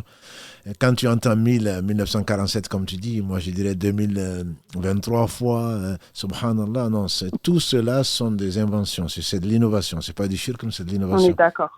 C'est de l'innovation. Okay. Le prophète sallam, les chiffres qu'il a donnés, c'est 33 fois. On va jusqu'à 100 fois quand il parle de la ilaha illallah. Mais c'est le prophète de la facilité. Allah a envoyé, tout le monde peut le faire. Après, maintenant, il y en a qui veulent se lever pour prier Qul Allahu Ahad, c'est le tiers du Coran. Mais il faut le faire 1000 fois dans chaque raka. Je vais dire, t'as pas fini. Tu sais même pas ce que tu dis. Non, ça n'a pas de sens. Par contre, il y a effectivement, Allah nous a laissé beaucoup d'occasions pour faire le dhikr, je dirais tout le temps. Debout, couché, inna fi khalqi samawati wal ardi wa ikhtilafi al-layli wan nahari la ayatin al-albab. Donc il y a la création des cieux jusqu'à ce qu'ils disent alladhina yadhkuruna Allaha qiyaman wa qu'udan wa ala junubihim, qui se rappelle Allah debout, assis ou couché. Et le prophète sallam, Allah a voulu créer des situations par lesquelles il nous a enseigné des choses que vous connaissez certainement. Allez-y dans la citadelle du musulman, pour se laver, pour sortir des toilettes, se coucher, etc. Donc on a toutes les occasions pour faire du bien. Et notamment celui que vous connaissez certainement, que j'aime beaucoup et que peut-être tous les téléspectateurs, toutes nos sœurs, tous les frères appliquent, je l'espère. Jouerira, qui est une des femmes du prophète sallam, était en train de faire des dhikr. Elle faisait des dhikr, le prophète est sorti, il a été prié, il est revenu, le soleil était bien haut, elle était encore là. Il lui a dit, qu'est-ce que tu fais là?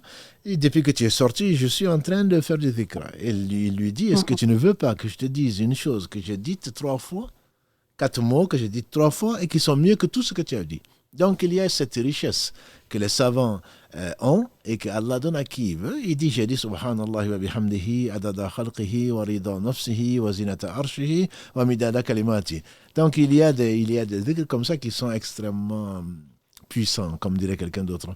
Pas aller chercher des faïdas dans les WhatsApp, voilà, et tout le temps, donne-moi des faïdas. Ah, mais je te dis ça. De toute façon, le principe est le suivant. On ne peut pas être commerçant avec Allah. Allah a acheté aux croyants leur vie et leur personne à la récompense du paradis. On ne peut pas rentrer dans un commerce avec Allah en disant, mais si je fais ça, celui qui dit 322 fois As-Samad al-Fard, il va avoir une femme. Est-ce que tu as déjà vu quelqu'un qui te dit, dans ce que tu lis sur TikTok ou ailleurs, quelqu'un qui te dit celui qui fait ça, il va rentrer au paradis? Non. Souvent, c'est pas ça. Jamais. Voilà. Si tu dis ça 1000 fois ou 1002 fois, tu vas avoir une femme. Si tu dis ça, tu vas avoir un âne. Si tu dis ça, tu vas avoir ceci et cela. Ce monde, qu'est-ce qui représente ce monde? On m'aurait dit encore, si tu dis ça, tu rentres au paradis, je le ferais. Enfin, je demande à Allah de le faire. Le prophète sallam, Habiba, elle dit, le prophète sallam a dit, celui qui fait 4 rakas avant le Dhuhr, 4 rakas après le Dhuhr, Allah subhanahu wa ta'ala préserve son corps du feu de l'enfer. Depuis que je l'ai appris, j'essaie de l'enseigner, j'essaie de le pratiquer. Ça, oui, c'est un hadith qui est authentique, mais je veux dire, il parle de l'au-delà, il parle de l'éternité. Mais aujourd'hui, donc, quand tu fais ça 328 fois, tu vas avoir ceci, tu vas avoir cela. Donc, on a des brochures comme ça que les gens vendent. Pour moi, c'est juste des charlatans. Ils ont menti sur Allah, ils ont menti sur le prophète sallam, et qu'Allah les réforme et qu'Allah nous réforme avant qu'il ne soit trop tard. Donc tu fais bien de poser la question, j'espère que ça profitera aux autres. Quand ça dépasse le 100, en général, c'est plus que suspicieux Et quand on te parle de la vie d'ici-bas, celui qui dit ça, il va avoir ça. Non, c'est trop bas, c'est réduire, c'est rabaisser et Allah et sa religion que des mots qui illuminent le ciel et la terre, d'en faire quelque chose de bassement matériel pour acheter des cacahuètes, quoi. Pour moi, c'est pas du tout honorifique. C'est exactement ça, c'est un fléau parce que vous savez, sur TikTok, ils sont énormes, enfin, ils sont partout. Et moi, j'y croyais pas, mais c'est vrai que c'est un fléau. Ils sont suivis par énormément de personnes. Et du coup, moi, c'est vrai que je me suis dit, bon, je vais quand même poser la question, mais j'ai jamais fait ce qui a été proposé sur cette plateforme-là. Mais ça, c'est un fléau, vraiment. On voit du n'importe quoi. Et c'est pour ça que je me suis dit, je vais insister pour vous poser la question. En tout cas, je vous remercie beaucoup. J'apprécie beaucoup votre compte. Vous êtes plein de sagesse. Vous êtes d'une douceur incroyable. Et des fois, je regarde des imams sur YouTube, ils font des prêches qui sont très violents. Donc, moi, ça me perturbe un petit peu. En tout cas, qu'Allah vous bénisse tous les deux. Et merci pour tout ce que vous faites. Merci beaucoup. Merci beaucoup. Bonne soirée. Je me permets, cher, par rapport à ces réseaux sociaux. C'est surtout aujourd'hui, on parle de TikTok et on parle d'autres. Il faut connaître le moteur de ces gens effectivement qui s'inscrivent là. En fait, ils cherchent du contenu un peu rare pour des vues. Il faut comprendre. Pour avoir des vues, c'est qu'effectivement, plus la chose est bizarre, plus la chose effectivement elle peut être attirante, elle va créer effectivement de la curiosité, et plus ils vont la mettre en avant, parce que leur objectif, ce n'est pas de faire la da'wa ou autre. Leur objectif, c'est d'avoir des vues. Du coup, faites très très attention, parce que fois, ils inventent des choses même. Des événements qui n'ont même pas existé, des choses qui n'ont pas existé. Je ne parle pas de la religion, je parle même d'autre chose.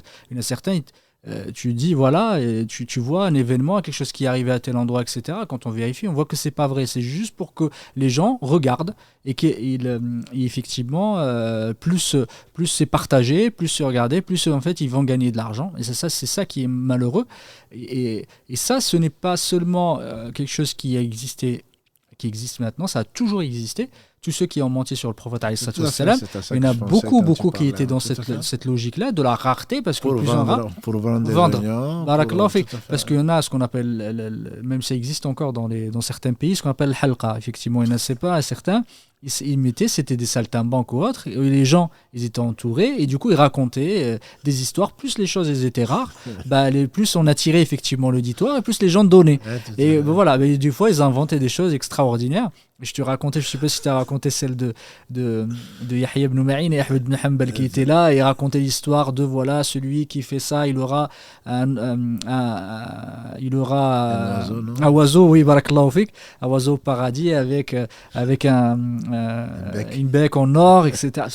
Et là, il a dit, je rapporte de Yahya ibn Ma'in et Ahmed ibn Hanbal qui m'ont raconté. Et ils étaient là. Ils étaient juste là. Ils savaient pas. Et effectivement, à la fin, ils sont venus le voir, ils lui ont dit, tu racontes tout ça, mais on n'a jamais dit ça. Il a dit, là, et Ahmed ibn Hanbal, on est devant toi. Il a dit, on m'a toujours raconté, on m'a toujours dit qu'Ahmed ibn Hanbal et Ahmed ibn Hanbal, ils étaient fous. Et jusqu'à ce que je le vois maintenant. Vous croyez qu'il n'y a que vous qui vous appelez comme ça? Il a dit, j'ai rapporté de 70 Ahmed ibn Hanbal et 70 Yahya ibn Ma'in qui m'ont raconté ça. Et de toute façon, les gens comme ça qui mentent, ça sert à rien de leur dire, parce que c'est leur métier, ils ne font que ça. Et c'est des gens qui sont effrontés. Et voilà, c'est pour ça que, juste pour l'anecdote, mais pour vous dire que ces choses qui ont existé, qui continueront à exister, faites très attention. Le principe que vous devez avoir dans les réseaux sociaux, c'est la suspicion systématique. Si quelqu'un dit quelque chose, ne croyez pas, parce que c'est notre devoir. Quelqu'un qui doit vous amener sur des éléments relatifs à l'adoration, il doit amener une preuve. Tout est, barakallahu fik, Cheikh donne toujours le rappeler, tout est interdit sauf ce qui est permis. Et si quelqu'un amène quelque chose, vous n'y croyez pas dès le départ. Vous, effectivement, vous cherchez la preuve. S'il apporte une preuve, alhamdoulilah, et même des fois, les preuves qu'ils apportent, faites attention. Des fois, ils peuvent te rapporter le hadith, mais comme nous, on n'est pas spécialiste du hadith, tu peux te dire rapporter d'un tel, etc. Et dans les hadiths, c'est que le hadith, il n'est pas vrai. faites très attention. Le principe, voilà. comme tu dis, Allah dit Ya ayyuhalladhina amanu ja'akum fasiqun binaba'in fatabayyanu. Donc, Exactement. dans la sourate 49, Allah dit vous les croyants. Donc, c'est un ordre. Mm. Si un pervers vous apporte une chose, est-ce qu'il y a plus pervers aujourd'hui que les réseaux sociaux? Oui, si un pervers vous apporte une information, vérifiez-la. Vérifiez-la. Donc, c'est un ordre d'Allah. Il faut faire attention. Et alhamdulillah, c'est Allah qui guide, qui veut, qu'Allah nous guide vers Amen. ce qu'il aime. Amen. Barakallahu fikoum. Avant de prendre notre appel, j'ai une petite question. Alhamdulillah, dès que le mot riba est cité, il y a tout un tas de questions qui arrivent. Donc j'en profite pour rappeler à nos frères et nos sœurs qu'on a fait déjà un sujet là-dessus, un live là-dessus, même plusieurs il me semble, que vous pouvez trouver sur notre chaîne YouTube en tapant juste riba, comme elle a fait la sœur du Canada, qu'Allah la récompense. Et il y a déjà pas mal de réponses à vos questions. Mais il y en a une que j'ai retenue quand même et j'aimerais bien vous la poser. Et une personne, elle dit, voilà, j'ai mon père qui veut absolument qu'on achète une maison au bled. Il veut lui-même la financer. Et on sait que l'argent avec lequel il va la financer il y a du riba dedans. Comment doit-on lui expliquer qu'en fait, il est en train de faire une erreur? C'est Mohamed. Vas-y. Vas-y. C'est financer en fait l'argent qu'il a. Il veut financer, c'est le papa qui veut financer, donc je pense à sa fille ou à son fils. Du coup, je n'ai pas relevé la personne, mais elle sait que son papa, l'argent qu'il va utiliser, il a fait un prêt avec intérêt. En fait, alors, c'est différent, parce que là, il faut être précis. Si lui a fait un prêt avec intérêt, qu'il a déjà l'argent. C'est différent que son argent vienne du riba. C'est différent. C'est pas la même chose. C'est pas la même chose. Parce que quand on emprunte, effectivement, et qu'on a l'argent, par exemple, si elle a de l'argent, cet argent-là, ça veut pas dire que c'est de l'argent du riba. C'est quand on emprunte avec intérêt. Alors que si il dit que son argent, il y a du riba, c'est que son argent est interdit. La question de savoir, est-ce que lui veut leur offrir une maison en contractant un prêt avec intérêt? C'est ça la question? C'est plutôt ça?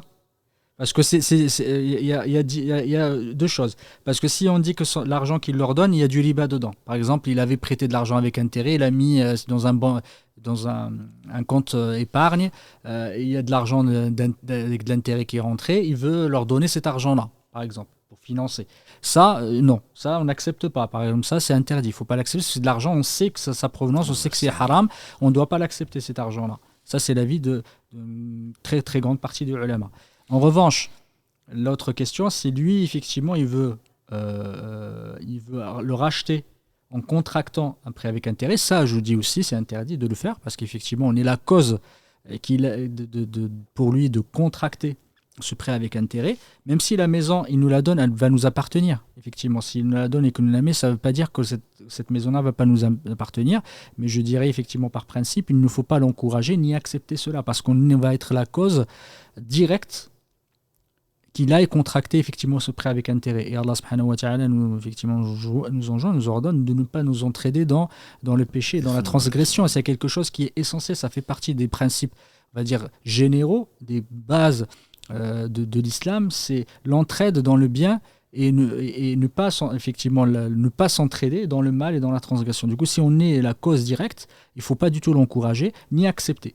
Parce qu'on sait très bien, si on dit oui, il va le faire. Et ça, pour moi, ce n'est pas acceptable. Et dans l'autre cas, si son argent, effectivement, est mélangé avec du riba, il y a du riba dedans, il veut nous le donner pour financer, ça non plus, il ne faut pas l'accepter. Parce que dès le moment, on le sait, s'il y a un argent provient du haram et quelqu'un veut nous le donner, on ne doit pas l'accepter. Quand on est sûr et que cet argent-là est haram, on ne devrait pas l'accepter.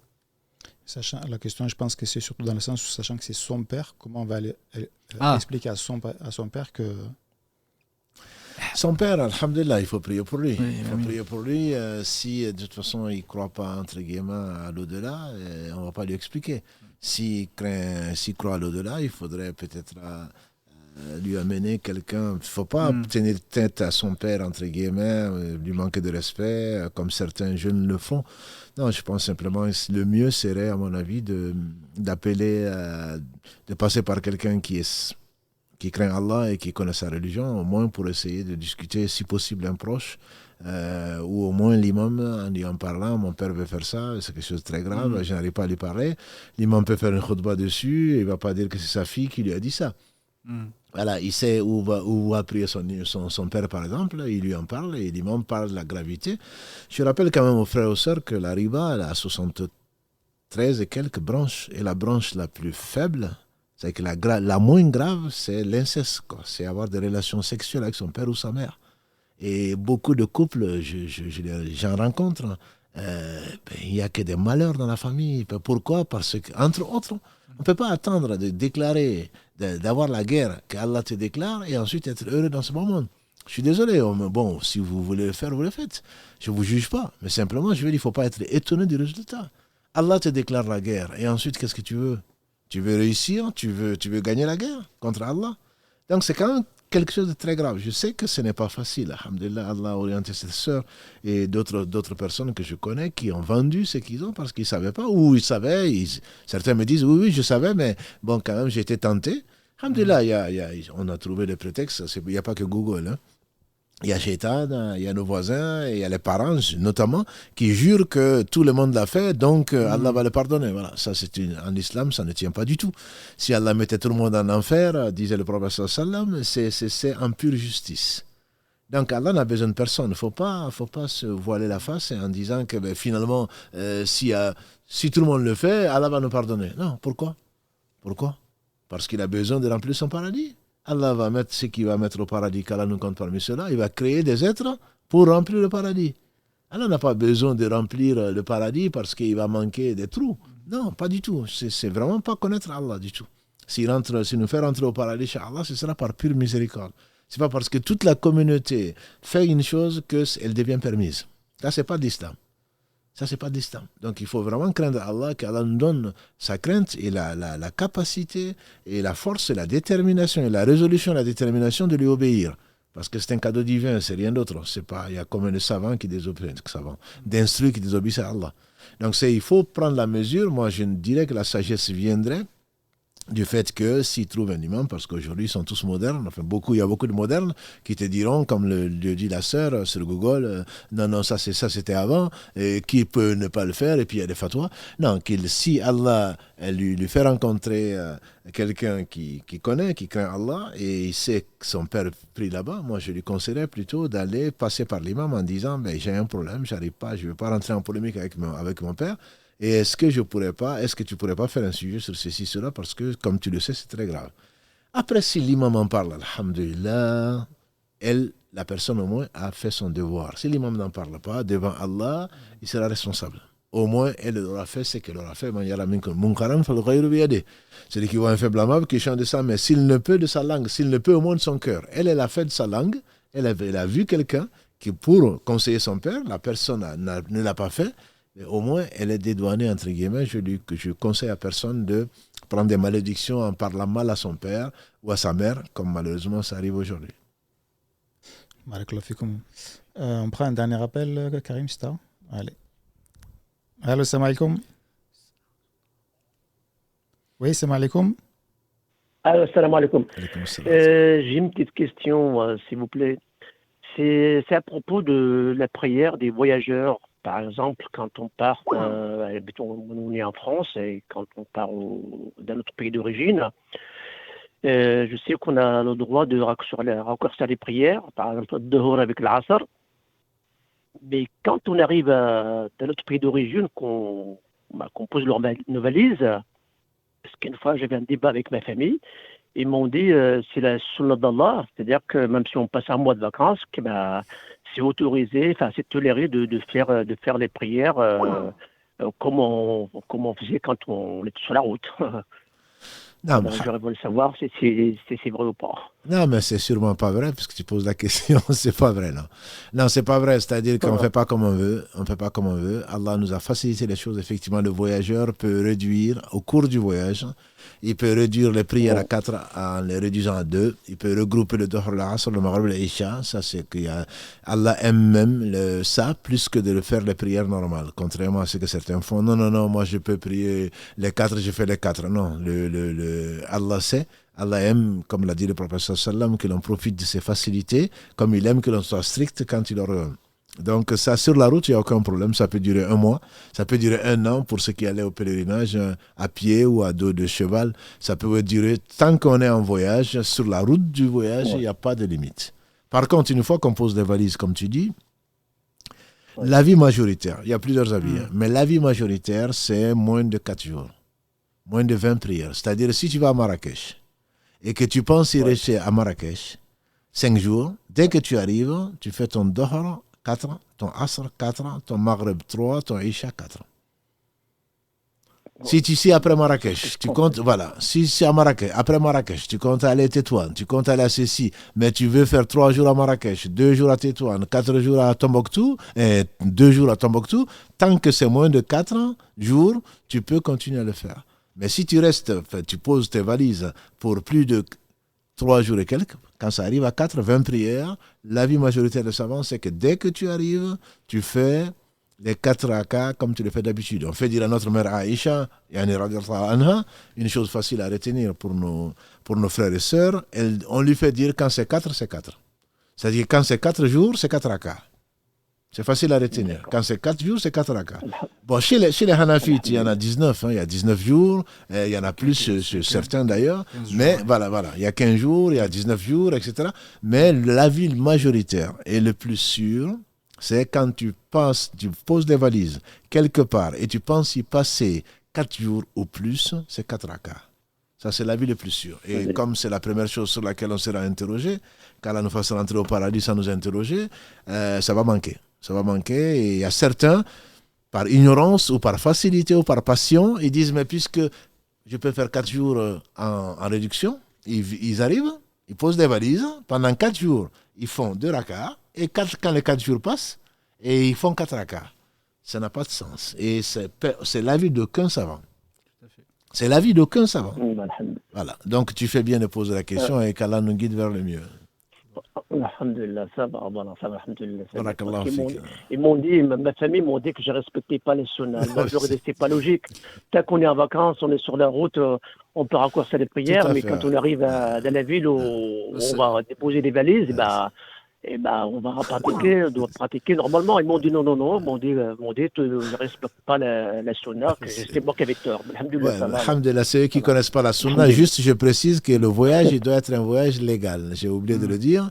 C'est-à-dire que si on va pour un voyage, le tourisme, c'est légal. Hein? C'est pas ce que je veux dire. Si on va pour aller voir sa copine, si on va pour voler, si on va pour tricher, on n'a pas le droit de raccourcir. Bon, ça, c'est entre nous. Je pense que c'est ceux qui sont devant le live. Alhamdulillah, je leur fais...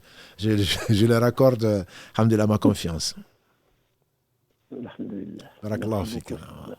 Merci beaucoup. Salam alaikum. Alayka assalam wa rahmatullahi wa barakatuh. J'ai une question par rapport à ça, cher. Tu le disais tout à l'heure. Justement, je connais pas les villes. Je connais Tombouctou. Alhamdulillah. Il y a quoi au Mali? Il y a Bamako? Oui, il y a Bamako, il y a Mopti, il y a Ségou. Je pars à Bamako. Tu pars à Bamako. Je pars 5 jours. Oui. Je reste 5 jours à Bamako. Oui. Eh bien, au bout du 5e jour, je pars à Tombouctou. Oui. Je reste que 2 jours à Tombouctou. Oui. Et ensuite, tu vas, pour ne pas faire de... Après, tu vas à Conakry. Ensuite, tu vas surtout à Saint-Louis pour que les Sénégalais ne soient pas fâchés. Voilà. Du coup, comment on gère? Parce qu'effectivement, tu as fait 5 jours là. Tu pris 4. Mais là, tu voyages. Tu pars de Bamako, tu pars à Tombouctou. Il y a Massafat, effectivement, on est dépassé 80 km. Oui. Et qu'est-ce que tu fais? Quand tu arrives là-bas, tu restes que 2 jours. Alhamdulillah. C'est quand tu vas à Bamako, tu fais 5 jours là-bas. Dès que tu arrives à Sénou, à l'aéroport de Bamako, tu fais 4 rakas. D'accord? Donc, une fois que tu as passé tes 5 jours, tu vas à Tombouctou. Si tu vas à Tombouctou, sur la route, tu fais le qasr. Si tu arrives à Tombouctou et que tu as 2 jours à passer là-bas, tu es en voyage. Tu fais tes 2 rakas au lieu de 4. Et ensuite, tu vas à Conakry.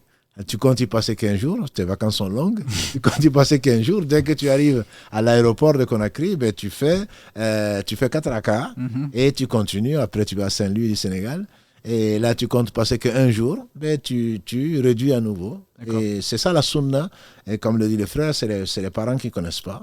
Allah facilite toutes choses, mais alhamdulillah, c'est valable pour toutes les périodes. Celui qui ne veut pas la faire, il ne la fait pas. C'est un cadeau d'Allah. Ne dis pas que non, c'est de la facilité, non, moi je vais être rigoureux. Non, c'est ainsi que les gens se sont perdus. Allah a facilité les choses et ils ont compliqué les choses. En tout cas, on va s'arrêter là pour les appels. Alhamdoulilah, ça a suscité beaucoup de questions aussi, la question du frère donc, sur le fait de raccourcir les prières. Il y a beaucoup de gens qui ne comprennent pas comment ça, on raccourcit les prières quand on est en voyage. Alhamdulillah, encore une fois, c'est comme l'a dit le prophète, c'est une rukhsa. Allah donne une permission et Allah aime la permission, Allah aime la facilité. C'est l'une des finalités de la révélation du Coran. C'est faciliter les choses pour nous, faciliter les choses pour ses serviteurs.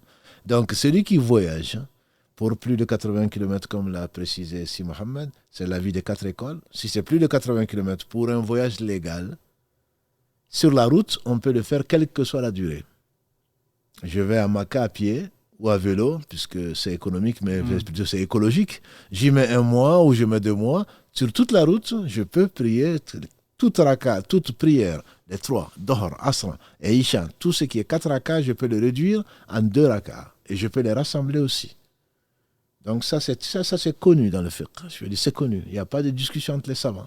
Maintenant, si je compte rester quelque part, c'est là où il y a des divergences, l'ijtihad, etc. Si je compte y rester plus de 4 jours, ou 4 jours, 20 prières, à ce moment-là, je pense qu'il se base entre autres sur le séjour du prophète sallam à Mina. Donc voilà, à partir de ce moment, il est resté 3 jours. Si c'est plus de 3 jours, si c'est plus de 20 prières, dès que tu arrives, tu fais la prière normale. Et aussi une faïda, comme aiment bien les Africains. Une faïda, c'est un cadeau, c'est quelque chose en plus, je te le donne parce que je t'aime bien, et puis c'est gratuit en plus, voilà. Ils aiment bien ça, les réductions. Une faïda, c'est que quand la sunna du prophète, quand tu arrives quelque part et que tu fais moins de 4 jours, donc tu as le droit de prier 2 rakas à la place de 4, c'est même conseillé, c'est mieux de le faire que de ne pas le faire. C'est une facilité. Il faut... La sunna, c'est de ne pas regrouper le Dohr, l'Asr, le Maghrib et l'Isha. Sur la route, c'est une sunna. Mais une fois que tu arrives, comme à Mina, le prophète sallam faisait le Dohr 2 raka'a, il ne faisait pas l'Asr en même temps. Il attendait l'heure du Asr, il faisait 2 raka'a. Donc le fait de raccourcir est une sunna en voyage quand tu restes moins de 4 jours, mais le fait de regrouper n'est plus une sunna quand tu t'installes pour moins de 4 jours. Donc c'est Dohr à l'heure, 2 raka'a, Asr à l'heure, 2 raka'a, Maghrib à l'heure, 3 raka'a, Isha à l'heure, 2 raka'a. Voilà comment c'est la sunna du prophète sallallahu alayhi wa sallam une fois qu'on est installé pour peu de temps, et on est tous en voyage en fait dans ce bas monde. Pour résumer et pour voir si moi j'ai compris. Je fais un voyage plus de 80 km. Par exemple, je pars à Bordeaux. Je pars tôt le matin. Voilà un Français, oui. Voilà, et je sais que là-bas, je vais rester 5 jours. Je vais résider dans le même hôtel ou le même appartement pendant 5 jours. Dès que j'arrive, en fait, je fais une prière normale comme si j'étais chez moi. Absolument. D'accord. Si je reste si tu es au camping, c'est pareil. Donc, si je reste moins de 4 jours, donc là, je continue en mode voyageur. Je regroupe donc Dohr et l'Asr. Non, tu ne regroupes pas justement. La sunna, c'est que quand tu arrives, tu raccourcis 2, mais tu le fais à l'heure du Dohr, à l'heure du Asr. C'est ça la sunna. D'accord. Une fois que tu es installé, que tu as posé tes valises, comme le disait le frère, une fois que tu as posé tes valises, tu n'as plus à regrouper. Parce que c'est 2 facilités. C'est le regroupement, Dohr et Asr en même temps, et c'est le raccourcissement. Donc il y a 2 choses différentes. C'est avant même de poser les valises, c'est de rentrer en fait dans le pays. C'est quand tu arrives au pays. Quand tu as dit tout à l'heure, quand tu arrives à l'aéroport de Conakry. D'accord. Donc voilà, c'est à partir du moment où je vais passer ne serait-ce que 2 nuits, donc là, je ne regroupe pas. Non, une fois que tu es installé, tu fais le Dohr. C'est une des sagesses. Hein. C'est pas la sagesse. Allah seul sait pourquoi il a permis ça. Une des sagesses, c'est que le zikr, ça nourrit le cœur. Et nous, on a tendance on se débarrasse de la prière. Quand c'est un été ici, le Isha ou le Maghrib peut être à 22h. Et le Fajr, il est à 4h du matin. Donc tu fais le Fajr, jusqu'à 14h, tu ne peux pas prier, entre guillemets. C'est quelque chose qui te manque. Et de 14h, si tu fais 2 rakas, plus le Asr, 2 rakas, jusqu'à 22h, tu ne pries pas. Donc Allah a voulu, alhamdoulilah, nous donner cette façon. À 14h, tu fais 2 rakas, et tu fais du dhikr, tu vas à tes affaires. Et également à 18h, ça va être l'heure de Asr, tu vas faire 2 rakas avant le Maghrib qui est à 22h, etc. Donc si tu fais 2 rakas, ça y est, on est tranquille. On va faire le tour, on va aller à la mer, on va aller je ne sais quoi d'autre. Tu as oublié Allah. Et Allah fait que tu t'oublies toi-même. Donc le dhikr, c'est la nourriture du cœur. Donc c'est peut-être pour ça qu'une fois que tu es installé, il n'est pas sunna je ne dis pas que ce n'est pas permis, mais il n'est pas sunna, parce que même, puisque ce que tu lis sur Instagram t'amène à ces questions-là, même si tu peux prier ces 2 rakats, tu les regroupes ou tu ne les regroupes pas, tu peux ne pas le faire, ce n'est pas une obligation. Mais simplement, c'est mieux de faire la sunna, puisque Allah a voulu que le prophète sallam le fasse, et donc ça en fait partie. Et le prophète sallam nous a dit, le voyage fait partie des tourments de l'enfer. Et que parce que tu ne sais pas où poser tes valises, tu ne sais pas où trouver à manger, tu ne sais pas où dormir parfois, donc Allah te permet de faire tout ça pour te permettre de faciliter ta vie. Voilà. Donc il faut le comprendre dans ce sens-là, il faut remercier Allah pour cela, il faut l'appliquer surtout, parce que c'est la meilleure des voies. Alhamdulillah, c'est beaucoup plus clair déjà. Je continue, excusez-moi. C'est juste que je vois beaucoup de questions et que pour que ça soit plus clair, on peut en arrêter là, Inch'Allah. Donc là, je pars toujours à Bordeaux. Je pars tôt le matin. Et je sais que je vais arriver après le Asr. Est-ce que je m'arrête sur la route pour faire le Dohr, ou est-ce que j'attends d'arriver et je fais le Asr et le Dohr? Alors, si tu vas à Bordeaux, puisque tu aimes bien cette ville, si tu vas à Bordeaux et que tu crains que le Asr sorte, tu es sorti d'ici, je ne sais pas, tu as eu une panne ou je ne sais quoi d'autre, hein. Tu t'es arrêté au lac de je ne sais quoi d'autre. Bref, il faut absolument faire la prière avant que l'heure du Asr ne sorte. Donc, si tu veux, sur la route, parce que tu voudras faire une pause toutes les 2 heures, tu peux faire le Dohr al-Asr 2-2 sur la route. Mais si tu attends d'arriver à Bordeaux, une fois que tu arrives à Bordeaux et que c'est l'heure encore du Dohr, tu vas faire le Dohr, mais tu ne vas pas faire l'Asr avec dans la Sunna. Mais tu peux bien sûr le faire. Voilà. Donc tu peux le faire dans la route, même en revenant de Bordeaux, puisque tu es parti à Bordeaux. En revenant de Bordeaux et que tu as fait le Dohr, l'Asr sur la route, une fois que tu arrives ici, tu n'as pas à refaire l'Asr. Si tu veux, tu le fais, même si c'est encore l'heure du Asr. Parce que tu as déjà prié. Allah t'a facilité, tu as fait 2 et 2. Ah, mais maintenant que je suis arrivé à Toulouse, qu'est-ce que je vais faire? Je vais faire 4 rakats. Non, tu as déjà prié, donc ta prière est valable. Tu n'es pas obligé de refaire la prière. Ouais, je pense qu'on fera peut-être une émission sur le raccourcissement, sur la prière du voyage, mais c'est pas, même si ce sont les vacances scolaires ici, on aurait dû peut-être prévoir, Inch'Allah, avant les vacances d'hiver, de décembre, peut-être de faire une émission spéciale sur Inch'Allah, en tout cas, j'essaie de me faire le relais. Oui, on a bien compris que tu aimais Bordeaux aussi. Alhamdulillah. En tout cas, barakallahu fikoum pour le partage et pour les explications. Donc, je vous laisse terminer. Inch'Allah, il est déjà minuit. On a battu notre record de la semaine il y a 15 jours. Je crois qu'on est resté jusqu'à moins le quart. Là, il est minuit moins 1. Donc, je vous laisse terminer. Juste avant que tu termines, c'est leur dire que le changement d'horaire ici en France, c'est ce soir. Ce soir, oui. Et donc, nos prochains lives seront à 21h, mais ça sera toujours 20h GMT. Donc, quand vous allez voir 20h pour mercredi, 21h plutôt pour vendredi, mercredi et samedi, ce sera toujours, pour ceux qui sont à GMT ou ceux qui sont à Ottawa, ce sera toujours à la même heure, entre guillemets, s'ils n'ont pas changé d'heure. Excuse-moi. Alhamdulillah. En tout cas, ça sera à 21h heure française. Inch'Allah. Barakallahu fikum, qu'Allah vous récompense par le meilleur. سبحانك اللهم وبحمدك أشهد أن لا إله إلا أنت أستغفرك وأتوب إليك سبحان ربك رب العزة عما يصفون وسلام على المرسلين والحمد لله رب العالمين